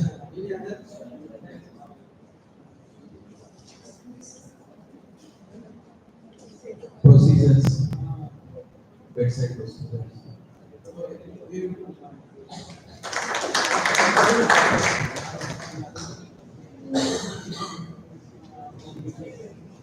Hello, good sir. One of my students, I am a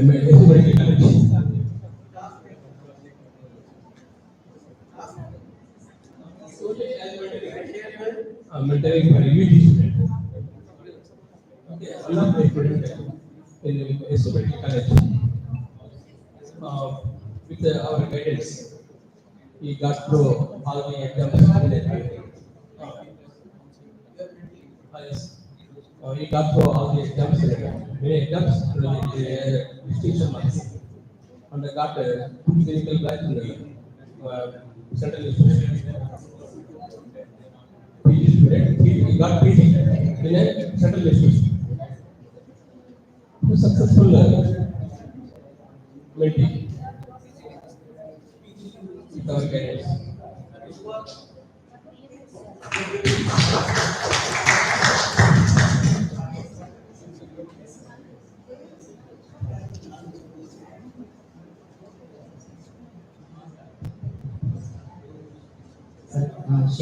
experience as a mentee in UG.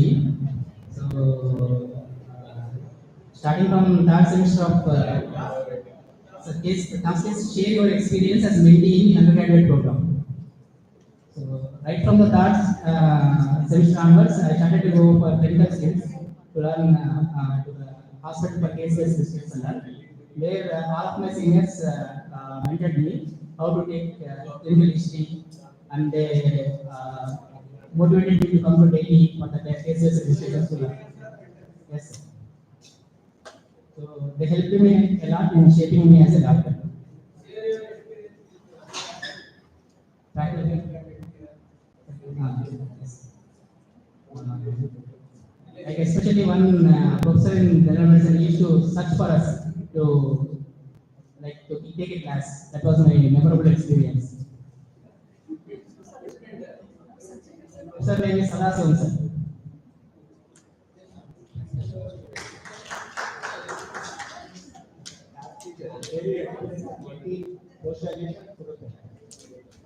My mentor is maybe Dr. Achimari, which is famous author of the PG and PG.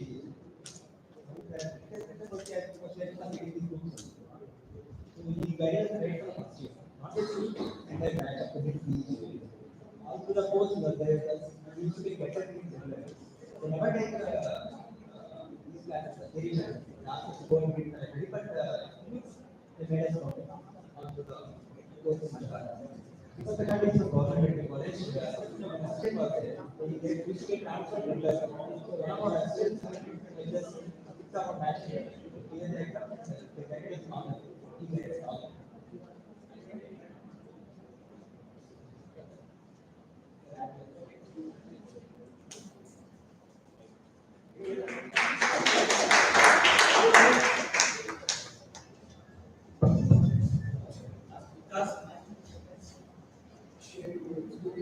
Working place as a mentor. Experience in your working place as a mentor.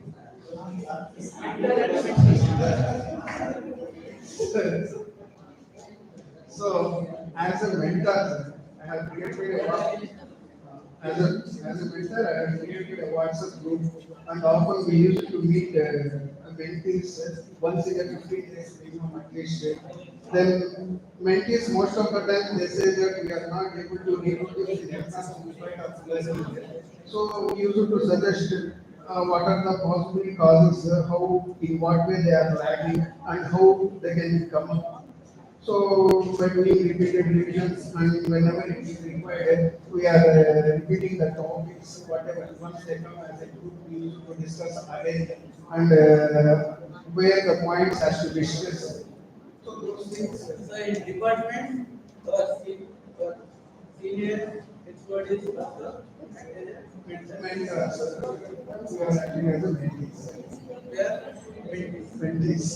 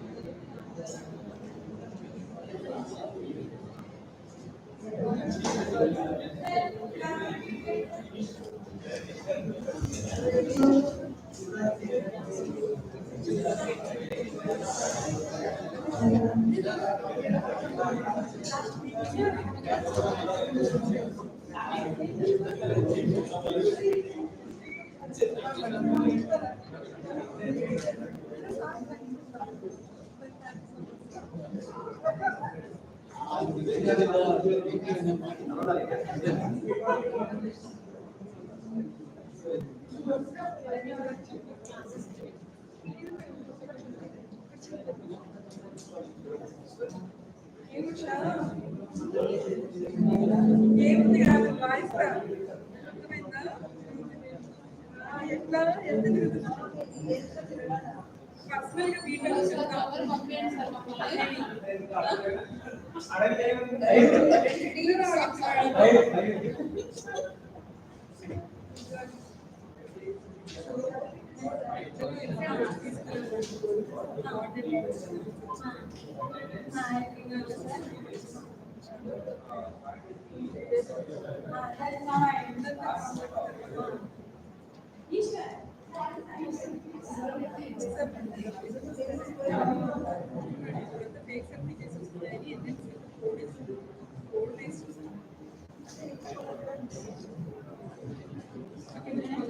చిన్న help ఈ book మళ్ళీ చేసి వేరే ఏమైనా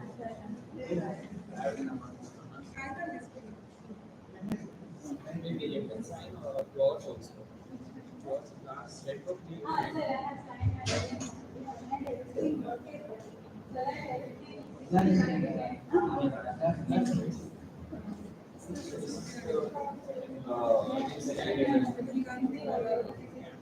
yeah, please capture sir. Can you say ID is available?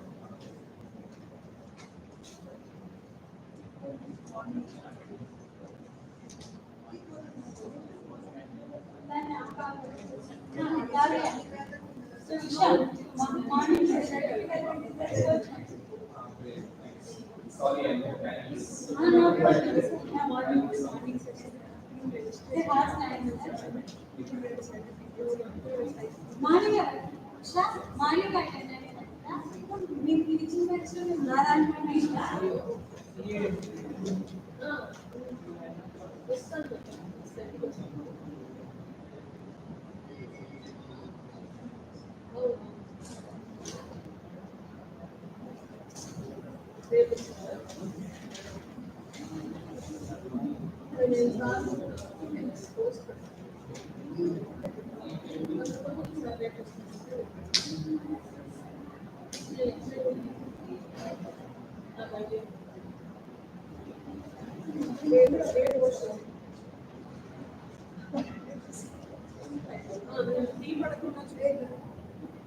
Tea పడకుండా చూసుకో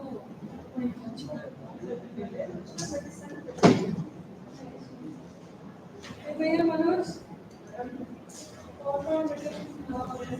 ఉషా చూడమా సార్కి ఉన్నాడా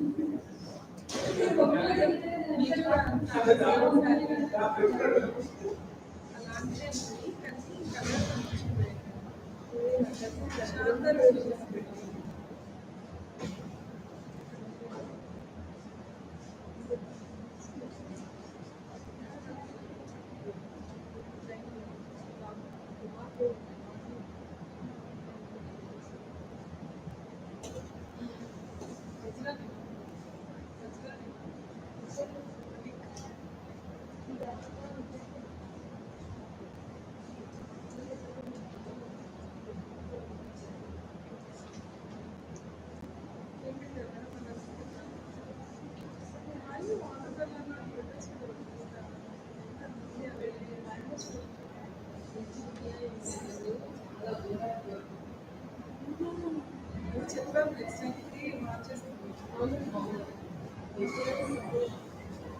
ఇక్కడ కాదు అసలు నేను పెట్టించాను కదా మ్యామ్ కలెక్ట్ ఎట్లా ఉంటే చాలా బెటర్ ఆ రోజు శివరాత్రికి రోజు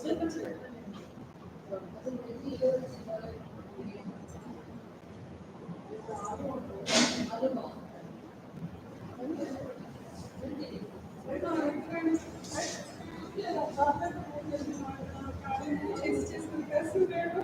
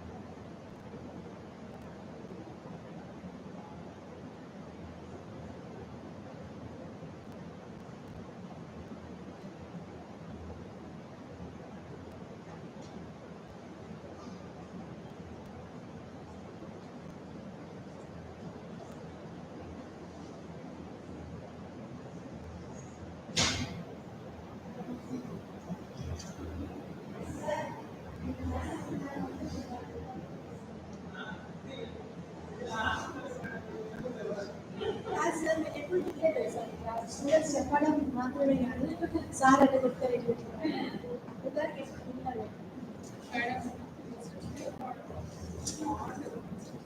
అనిపించమని రాదు వాళ్ళకి పార్టిసిపెంట్స్ ఎక్కువ వచ్చారండి పాపం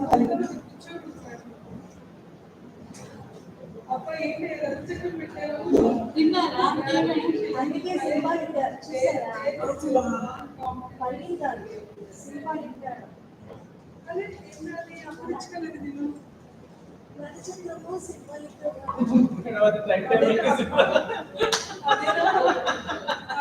సినిమా సినిమాలో ఒక చక్రం తీసుకోలే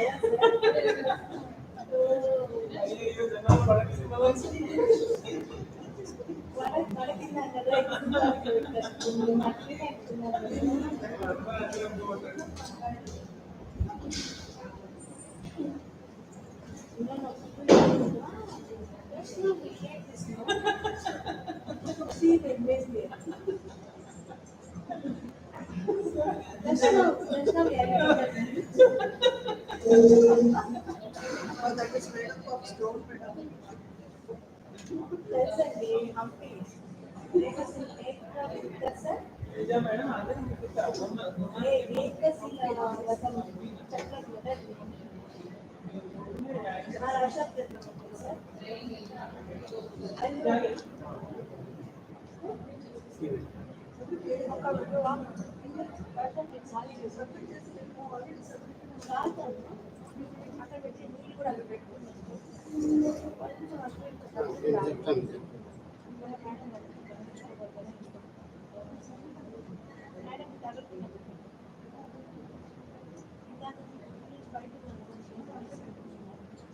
ఆ బయట అది చూడమా అది కూడా తీసుకున్నావా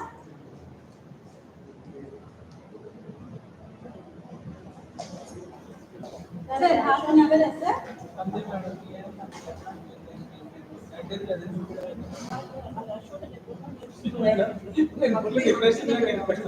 నేనేదో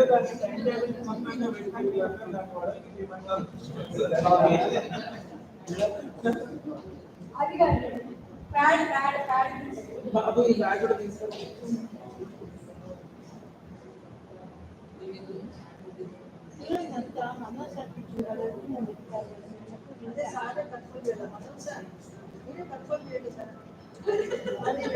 సండే హంపి కదా సార్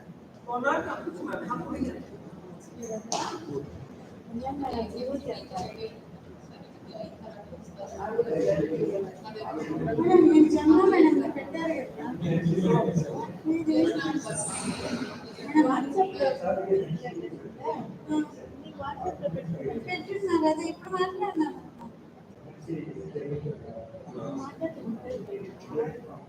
సార్ అదే మనం చూస్తున్నా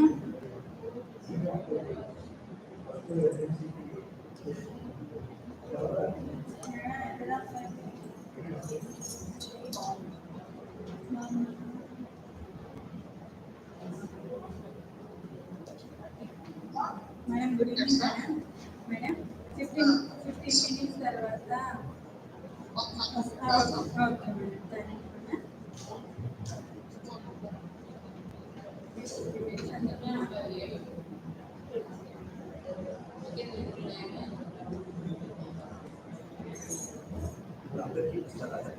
అందరికీ తెలుసుకున్నారు అందుకనే సర్టిఫికేట్ ఇస్తాను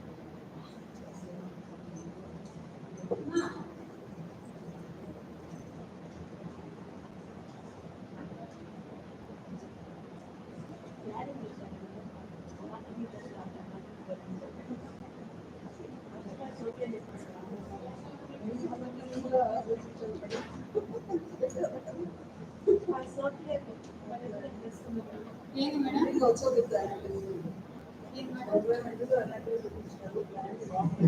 స్టార్టింగ్ అనాలిటిక్స్ రెండింగ్ అనాలిటిక్స్ చేసేది అనాలిటిక్స్ చేయించేది analytics service analytics online madam అట్లనే అనుకోవడం సరిగ్గా తిరిగి అట్లా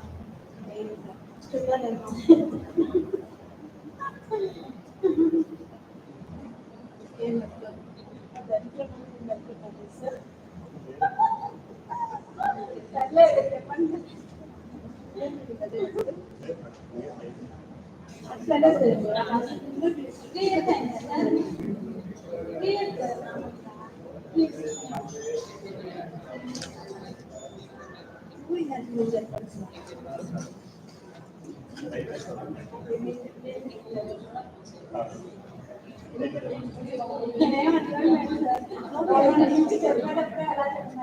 ఎవరు తీసుకోనంటున్నారు అందుకే నేను మాట్లాడాను అందుకనే ఫీల్ కాదా అందరికీ అడిగాను మేడం ఎవరు వద్దాక అవి చేస్తానని నేనే ఫస్ట్ చెప్తాను అంటే అందుకే అమ్మ ఎవరు తీసుకోనంటున్నారని చెప్తున్నాను నేను కూడా ఏం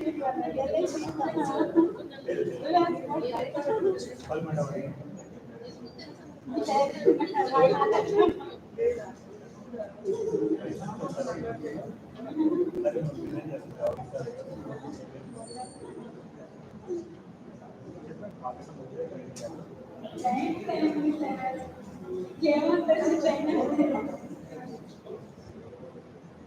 అలా కాదు ఇంకో మాట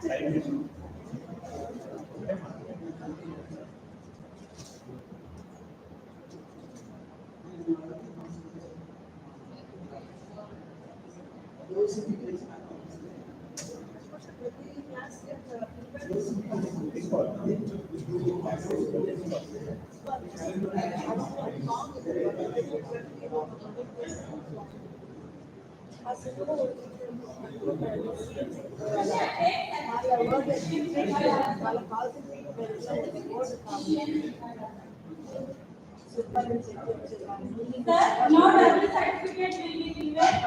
So don't give a certificate. Every certificate duplicate name is there.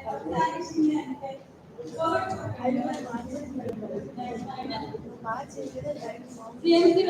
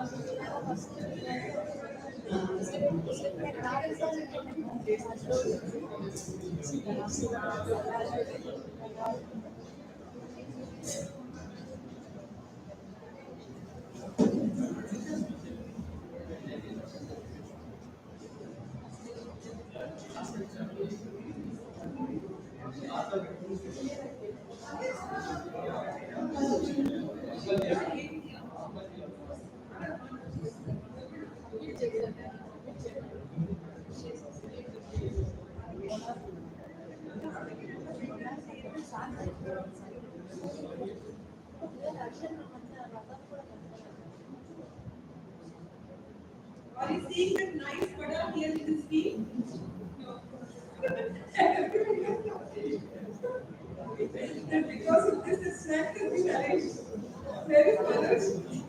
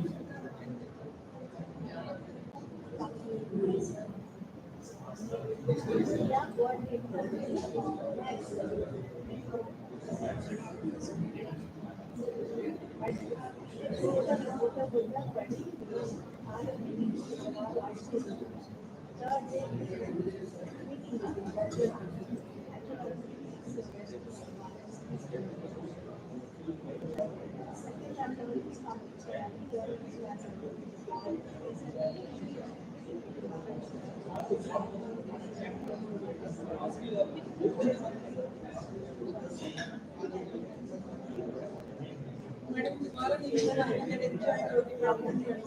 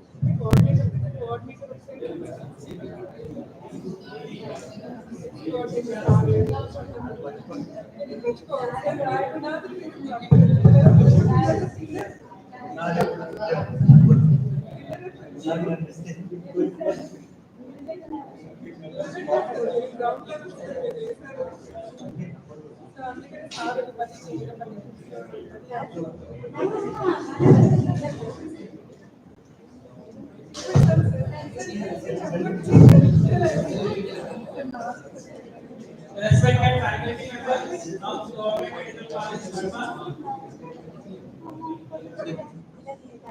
I am once again greeting you with the post-degree session on the last day of basic course in medical education. The last topic, drafting a schedule for a race based on the competencies.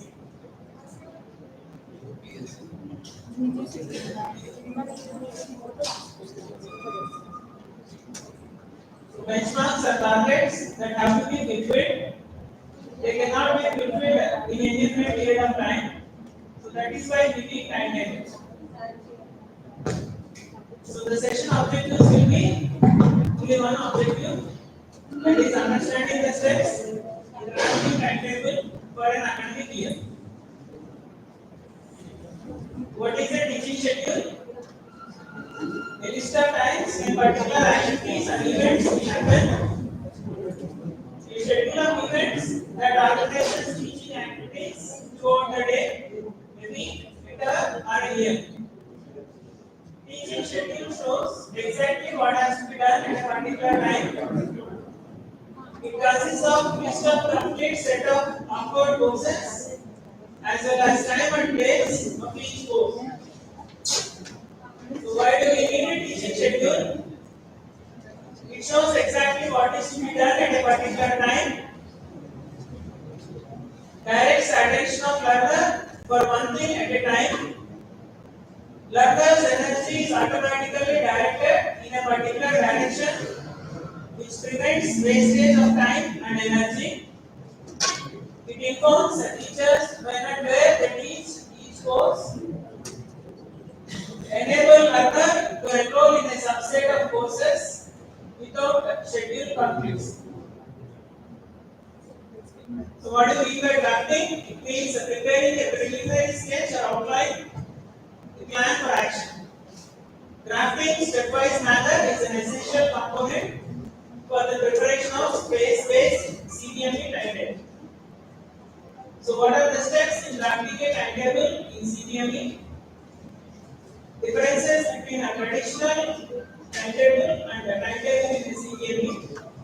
In traditional method, timetable is same for each week, focusing only on the discipline and department day-wise Monday to Saturday activities to be taught as per the allotted hours.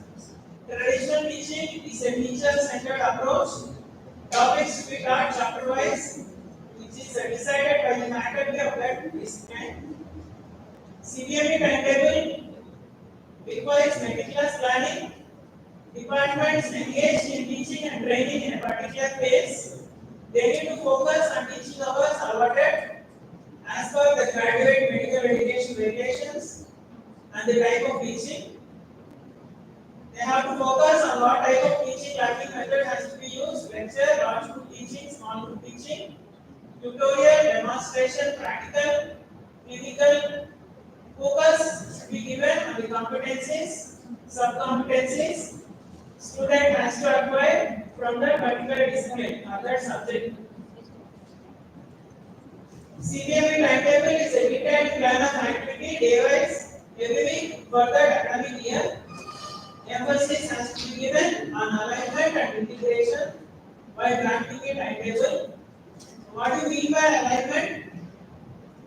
It implies teaching of subject matter that occurs under a particular organ or system or a disease concept at the same phase in the same time frame.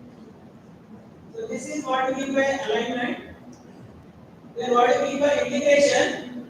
It refers to combining and connecting different subject areas and disciplines to enhance learning and understanding. It is a core principle of CBME. It aims to bridge the gap between theoretical knowledge and clinical practice. So this is integration.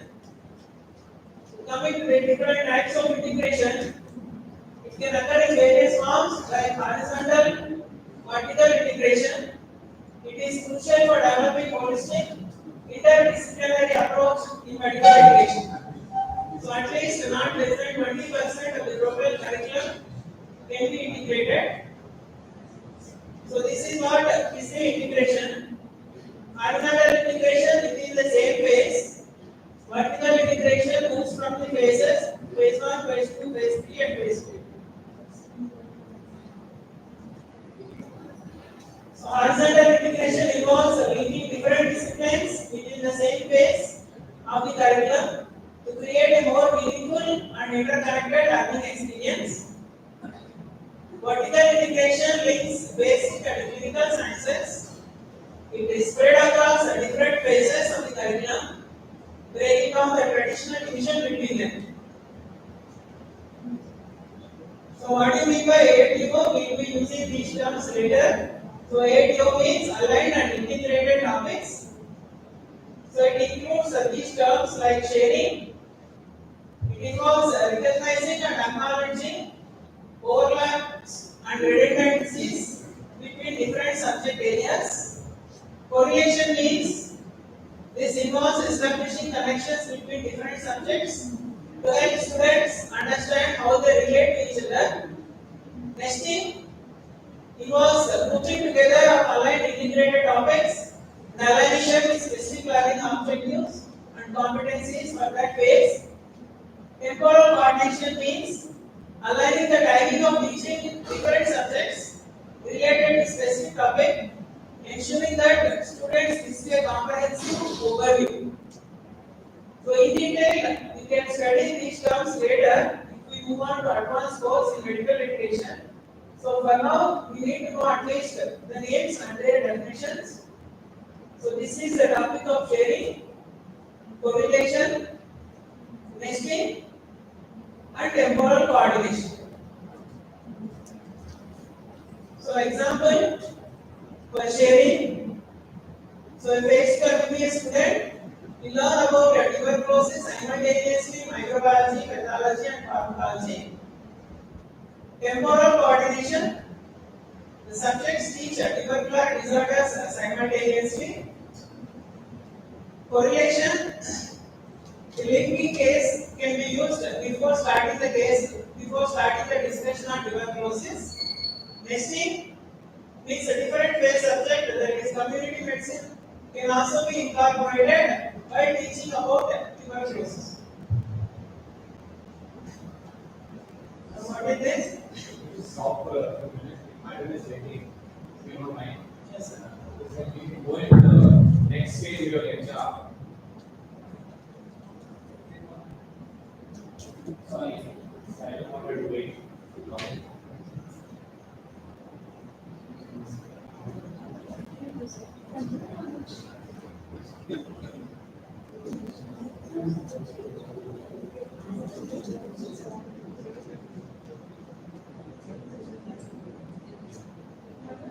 So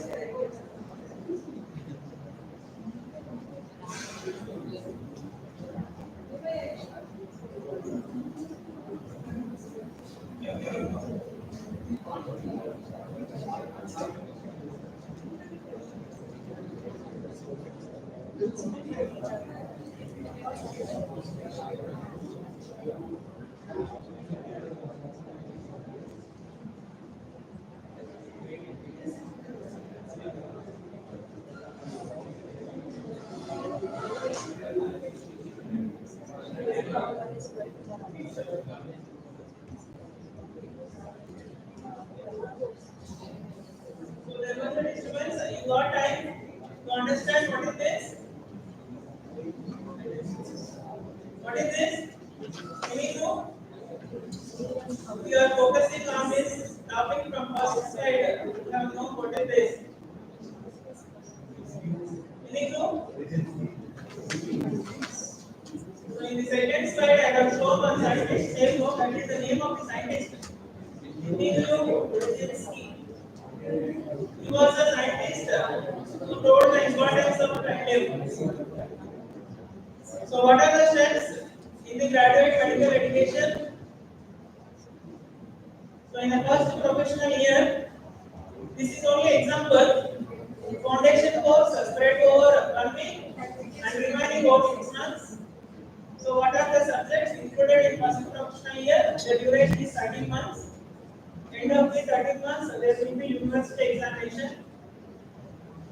So in the next step, we should plan what are the number of hours allotted to each subject in the GMER by the MNC. So this will alter every year. The third step, you have to calculate the available teaching hours. Time allotted in each day will be 7 hours in a week. 6 days, 6 sevens are 42 hours in a week. Accordingly, calculate the teaching hours available for teaching in each phase. All holidays, vacation period and examination period should be deducted from the available teaching hours. The step 4, allotment of duration for the phase for one academic year from NMC. So the total duration will be 13 months, approximately 57 weeks. So these are the examination, vacation, public holidays, 15 weeks excluding, remaining is 42 weeks. So hours available for teaching will be 1630. So that is an example you have to calculate for each phase. So in the step 5, there is preparation of master time schedule. As per the allotted hours for each subject each phase, allot teaching slots to weekly timetable, get it verified by the head of the departments, prepare monthly teaching schedule, yearly teaching schedule, and submit it to medical education unit. So all of the terms we learned in these 3 days should be included while training the timetable. The attached lectures, practicals, every clinical exposure, integrated topics, SPL, ITCOM, what is FAP? FAP, 3 days BCME, get to the end, family adoption program, simulation labs, clinics, course, FP and SCA, formative and summative assessment. So this is a master timetable weekly plan example. So alignment has to be done by the departments. Here only example is shown. While the general pathology is going on here, general microbiology can be done. So based on that, we should prepare a master timetable and submit it to medical education. So whatever we are aligning and integrating, we can highlight those topics. So all of you are ready for any brainstorming session? What is this? And why it is being focused now? Any clue? Sir? Sir, why it is focused now? BCME last day.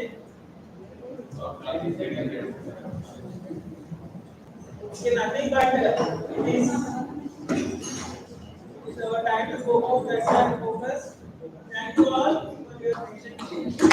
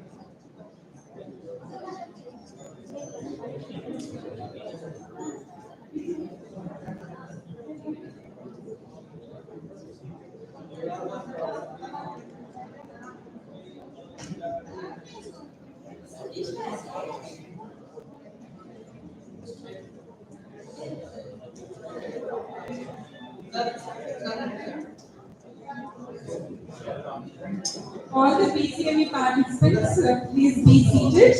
It's a very great honor to felicitate Dr. Sujit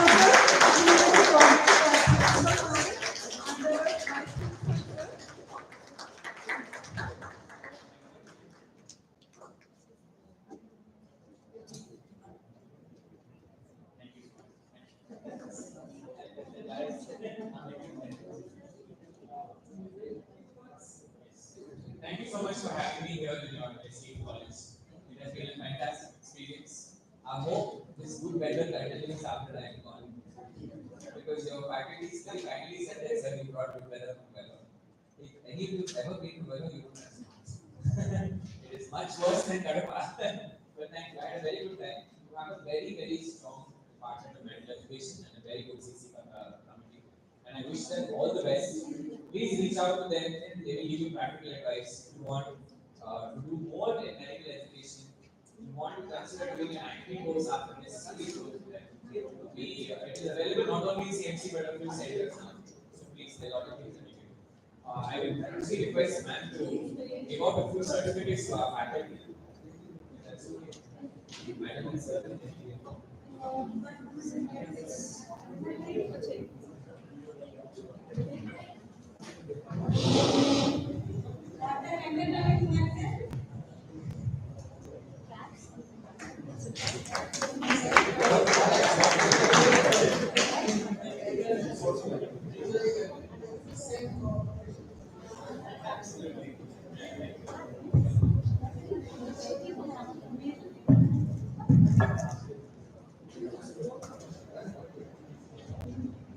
So it is a very happy and joyous moment. The ma'am, Principal Ma'am, Jamuna Ma'am entered into our college.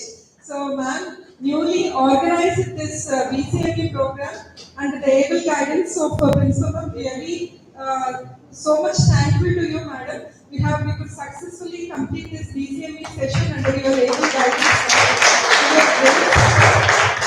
Thank you so much, ma'am. So we want to give certificates to Dr. Venkat Ravikumar sir. Where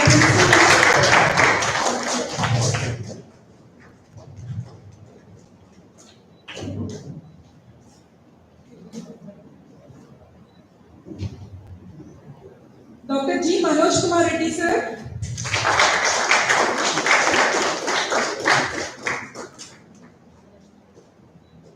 And Dr. K. V. Adhavinda Reddy sir. Dr. U. Srinivasan sir. Thank you so much, sir. Dr. N. Ram Sagar Reddy sir. And Dr. Kabir Sheikh myself.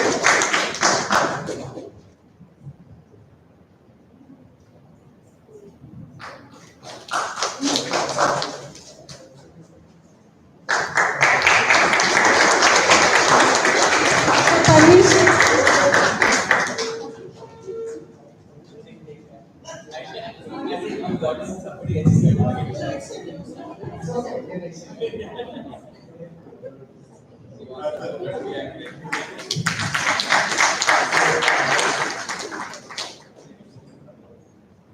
And Dr. Sophia, coordinator of MEU. So very dynamic, active participation. Thank you, ma'am. And now it's time to distribute certificates to our participants. BCME 25. Dr. Balasubramaniam sir, please come forward. Please be ready. And Dr. Madhavi Eraboina, next one. Next one.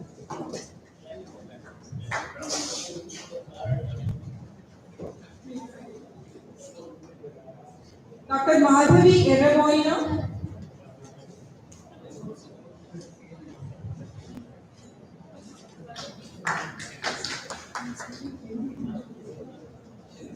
Dr. Sujani. Dr. Sujani. Dr. M. Venkata Srinivas. Dr. M. Venkata Srinivas.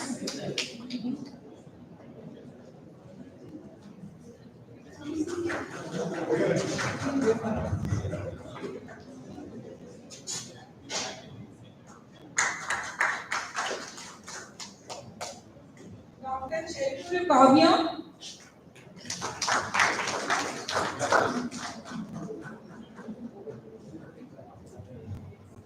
Dr. N. Rajashekar Reddy. Dr. D. Suresh Reddy.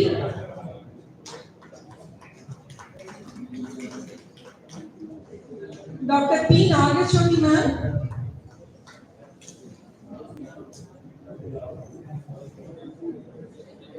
Next, Dr. Rajesh Kumar Reddy Ankireddy sir.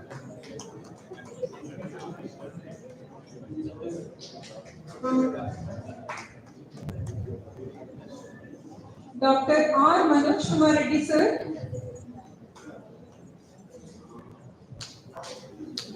Next, Dr. B. Shravan. Dr. R. Manoj Kumar Reddy sir. And Dr. V. Shravan Kumar sir.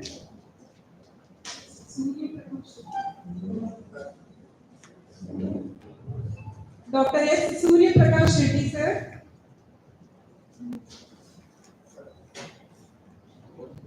Dr. Sumati M. Ma'am. Dr. Bhaskar Rao sir.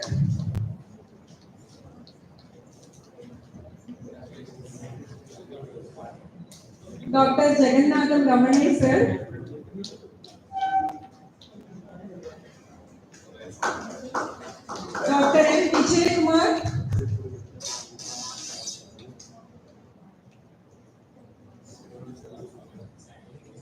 Dr. L. Vijay Kumar sir.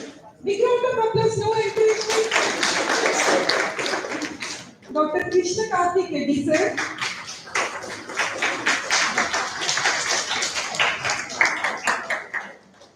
Dr. Sheikh Ajam Hidin sir.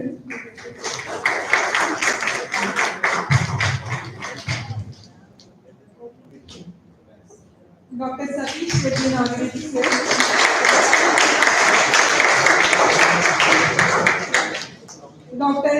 Dr. Mohan Siddharth sir.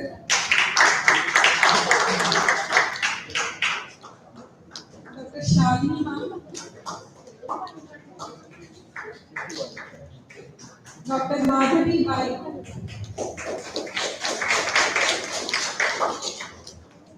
Dr. Mahila Reddy.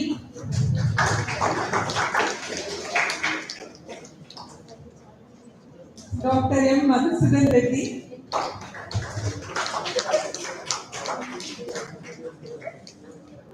Dr. Anita ma'am.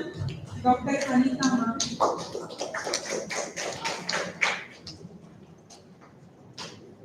Dr. Anita ma'am. Dr. Rajini ma'am.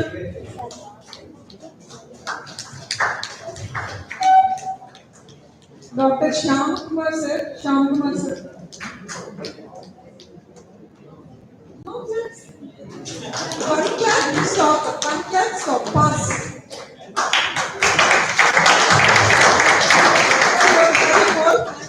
Sir. Dr. Suresh Kumar sir. Dr. Narayan Reddy sir.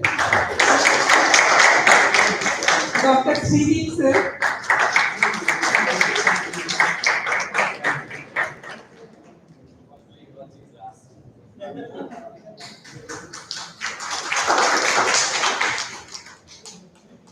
And your presence is a great honor for us and will inspire all the participants and the MEU curricular committee and the resource faculty for attending this event and giving certificates to all the participants and the resource faculty.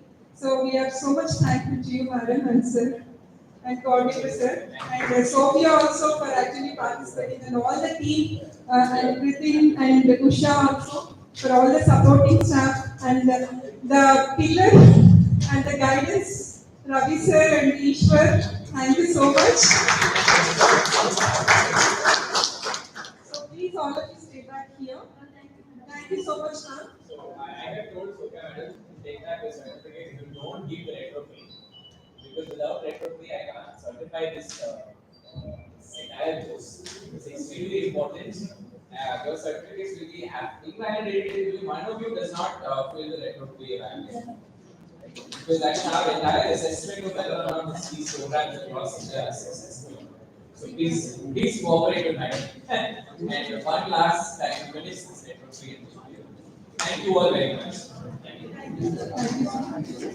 So most of the clinicians are there from the SSH. So many people have come forward.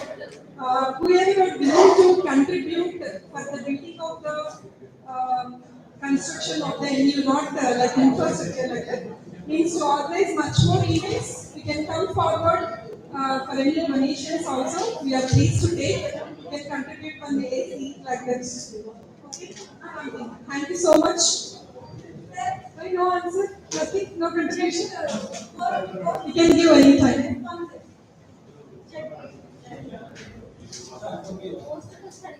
Sir, please fill the Google form with the video area. We'll see the number of responses there.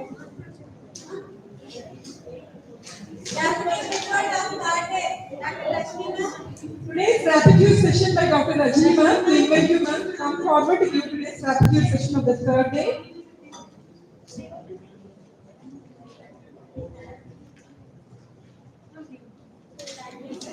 3 words now. Good evening, one and all. I would like to conclude this session. Today's session totally was very informative, knowledgeable, and enlightening us towards the critical goals in the NU department. So today's session first was started by our dynamic associate Dr. Parveen ma'am. The topic was how to plan a lesson. I was really very overwhelmed because she included a trip to Mauritius, which I had visited last year. Thank you, madam. Thank you for that. And again, I came back to GMC Kadapa and had to listen the further class of your topic, which was very informative. And I think it is most important also to plan a class before going to a class. Thank you, madam, for your informative lecture. Thank you so much, ma'am. And this next session was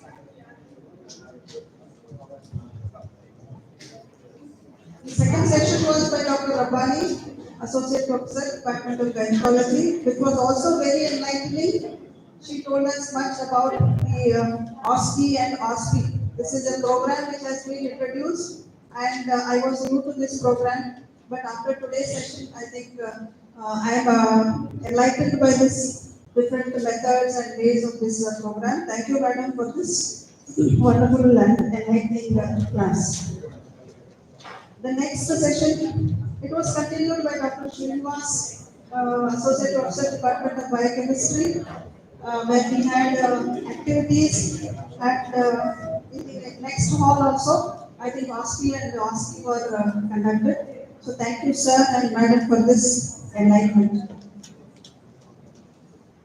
So the next session was by our MEO coordinator, former MEO coordinator, Dr. Ravikumar sir, who enlightened us on the topic of the responsibilities and the role of goals and role of MEO. So there was an active activity session which was also very enlightening. After that, we had a delicious lunch in the afternoon, madam, today. So it was very nice. Thank you for that. And the post-lunch session was by, that is very important, I think. So that was our entertainment today. The post-lunch session was by Dr. Ram Sagar sir, whose topic was on various teaching methods. It was like a revision of the first day session, which was also very useful and enlightening. I came to know about these knows how, does, all those words. I think we were not familiar with, but now it is different. So he also gave us an activity which was supported by Dr. Parveen ma'am. Thank you, ma'am. Thank you, sir, for that. And the next session was given by Dr. Srinivasan sir regarding mentor and mentee program. This is also a very nice program which has been introduced by our CBME curriculum. I think this will go far, it will reach the goals and aims of our students as well as the teachers also. I would also like to thank our special sir who has come all the way from Christian Medical College, Vellore, Dr. Shujan Sharma sir, for coming all the way and enlightening us. I think sir is there. And then we had the closing session by Dr. Manoj Kumar sir, who has told us about the drafting and the integration which has been included in our curriculum regarding the master timetable, what is brainstorming. So these are all new words which he has enlightened us. Thank you very much, sir.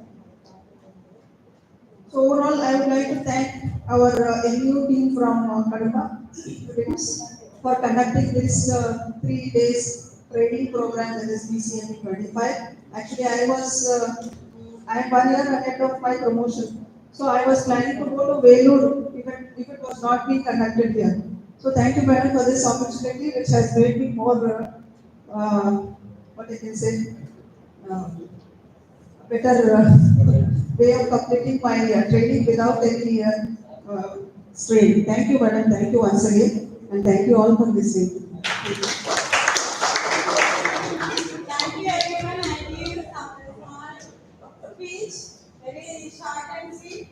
I would like to thank our institution first because they are the ones who have first taken initiation that most of our faculty are getting behind for the promotions just because of BCME, and they had in a short course of time they had appointed me and I had to get the permission. CMC also got very good CMC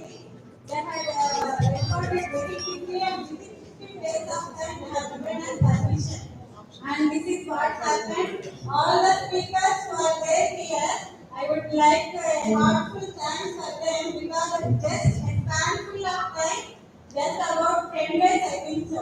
Most of them are from our friend circle or whatever we can say, the most well-wishers over there in our college. And most of them are from the clinical departments who are busy also, but they never discarded our pleas, and then they are very much cooperative and they have attended every meeting and they have taken every initiation to make this program successful. Don't think that this is a cup of tea for some people only. This is a medical research program which is an ongoing project. As a doctor, he is a lifelong learner. Don't think that this is only for promotion, sir. In this course of 3 days, if we have made you discomfort with a discomfort or we had ordered you or something like that, because most of the people here are younger ones, I am asking you and requesting you to forgive us if there are any mistakes from our side. If you give any feedback, we can make it corrected for the next sessions.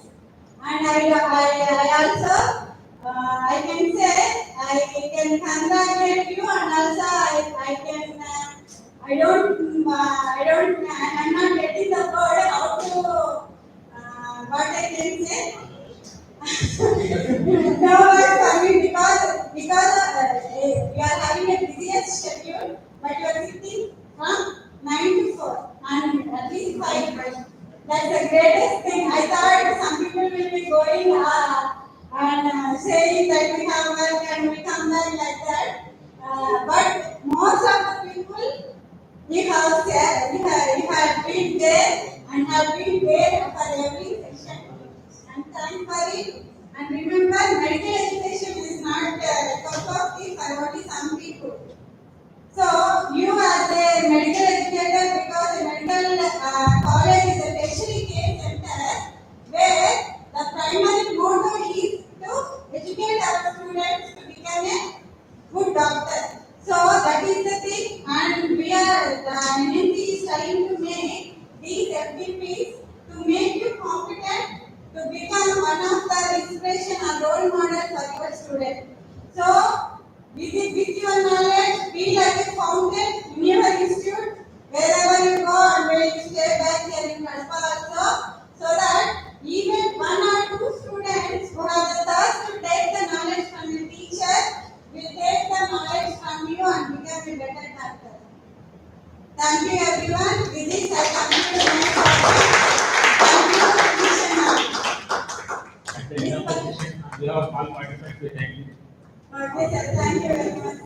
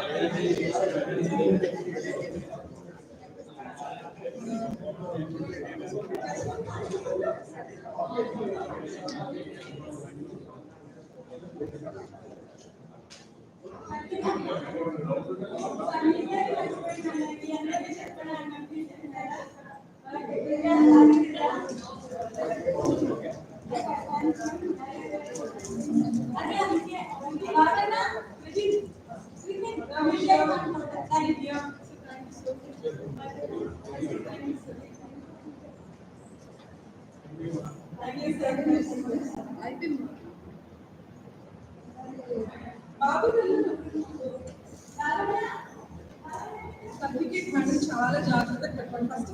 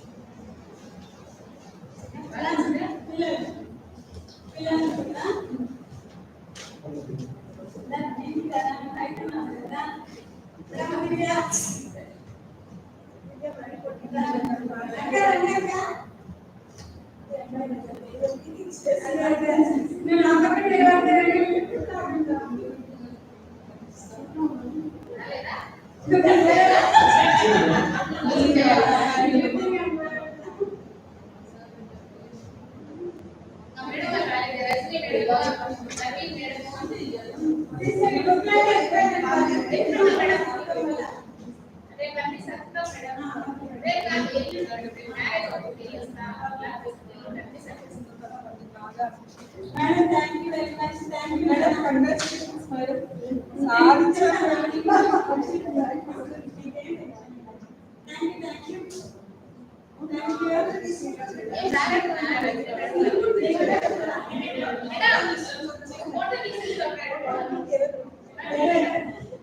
congratulations, madam. Thank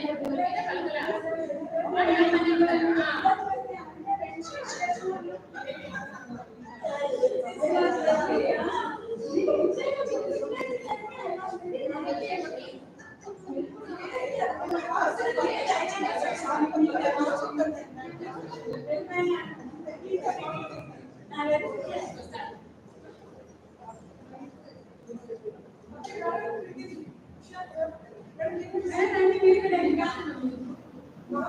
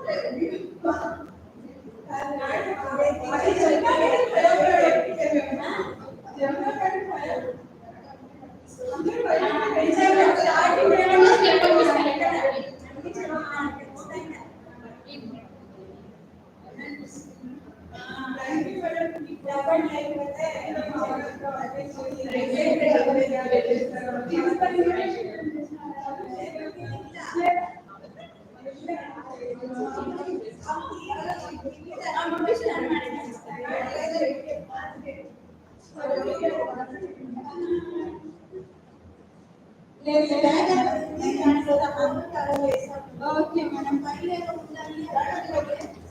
Madam,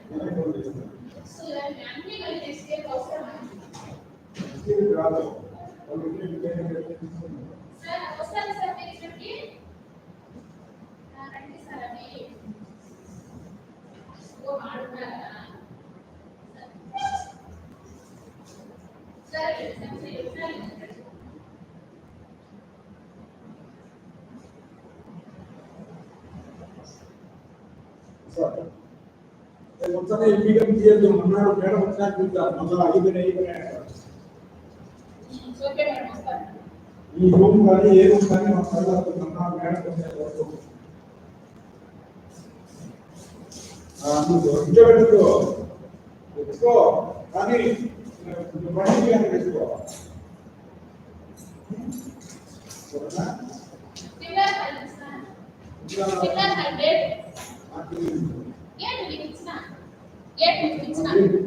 అవి అడిచి Eshwar sir sir car ఎక్కించేవాడు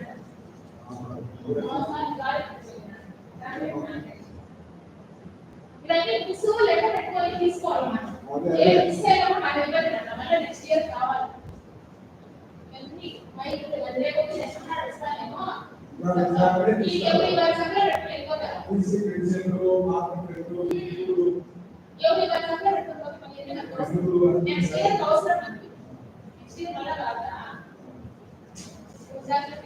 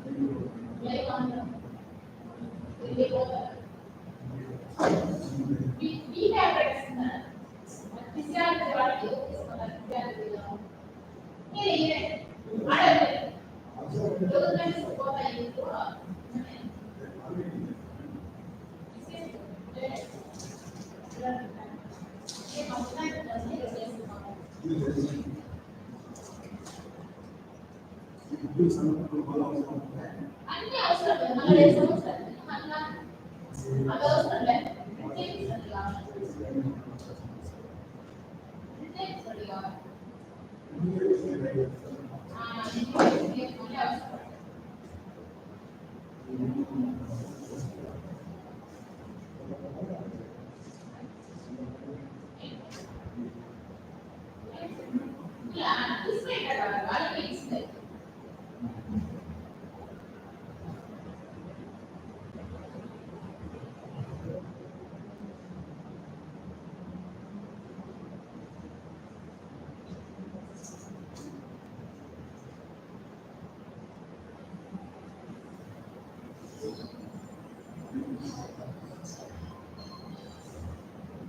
ఎంసీలన్నీ తల్లి ఉన్నాయి స్కేళ్ళన్నీ తల్లి ఉన్నాయి ఇన్ని పెట్టుకోవడం చేస్తున్నాను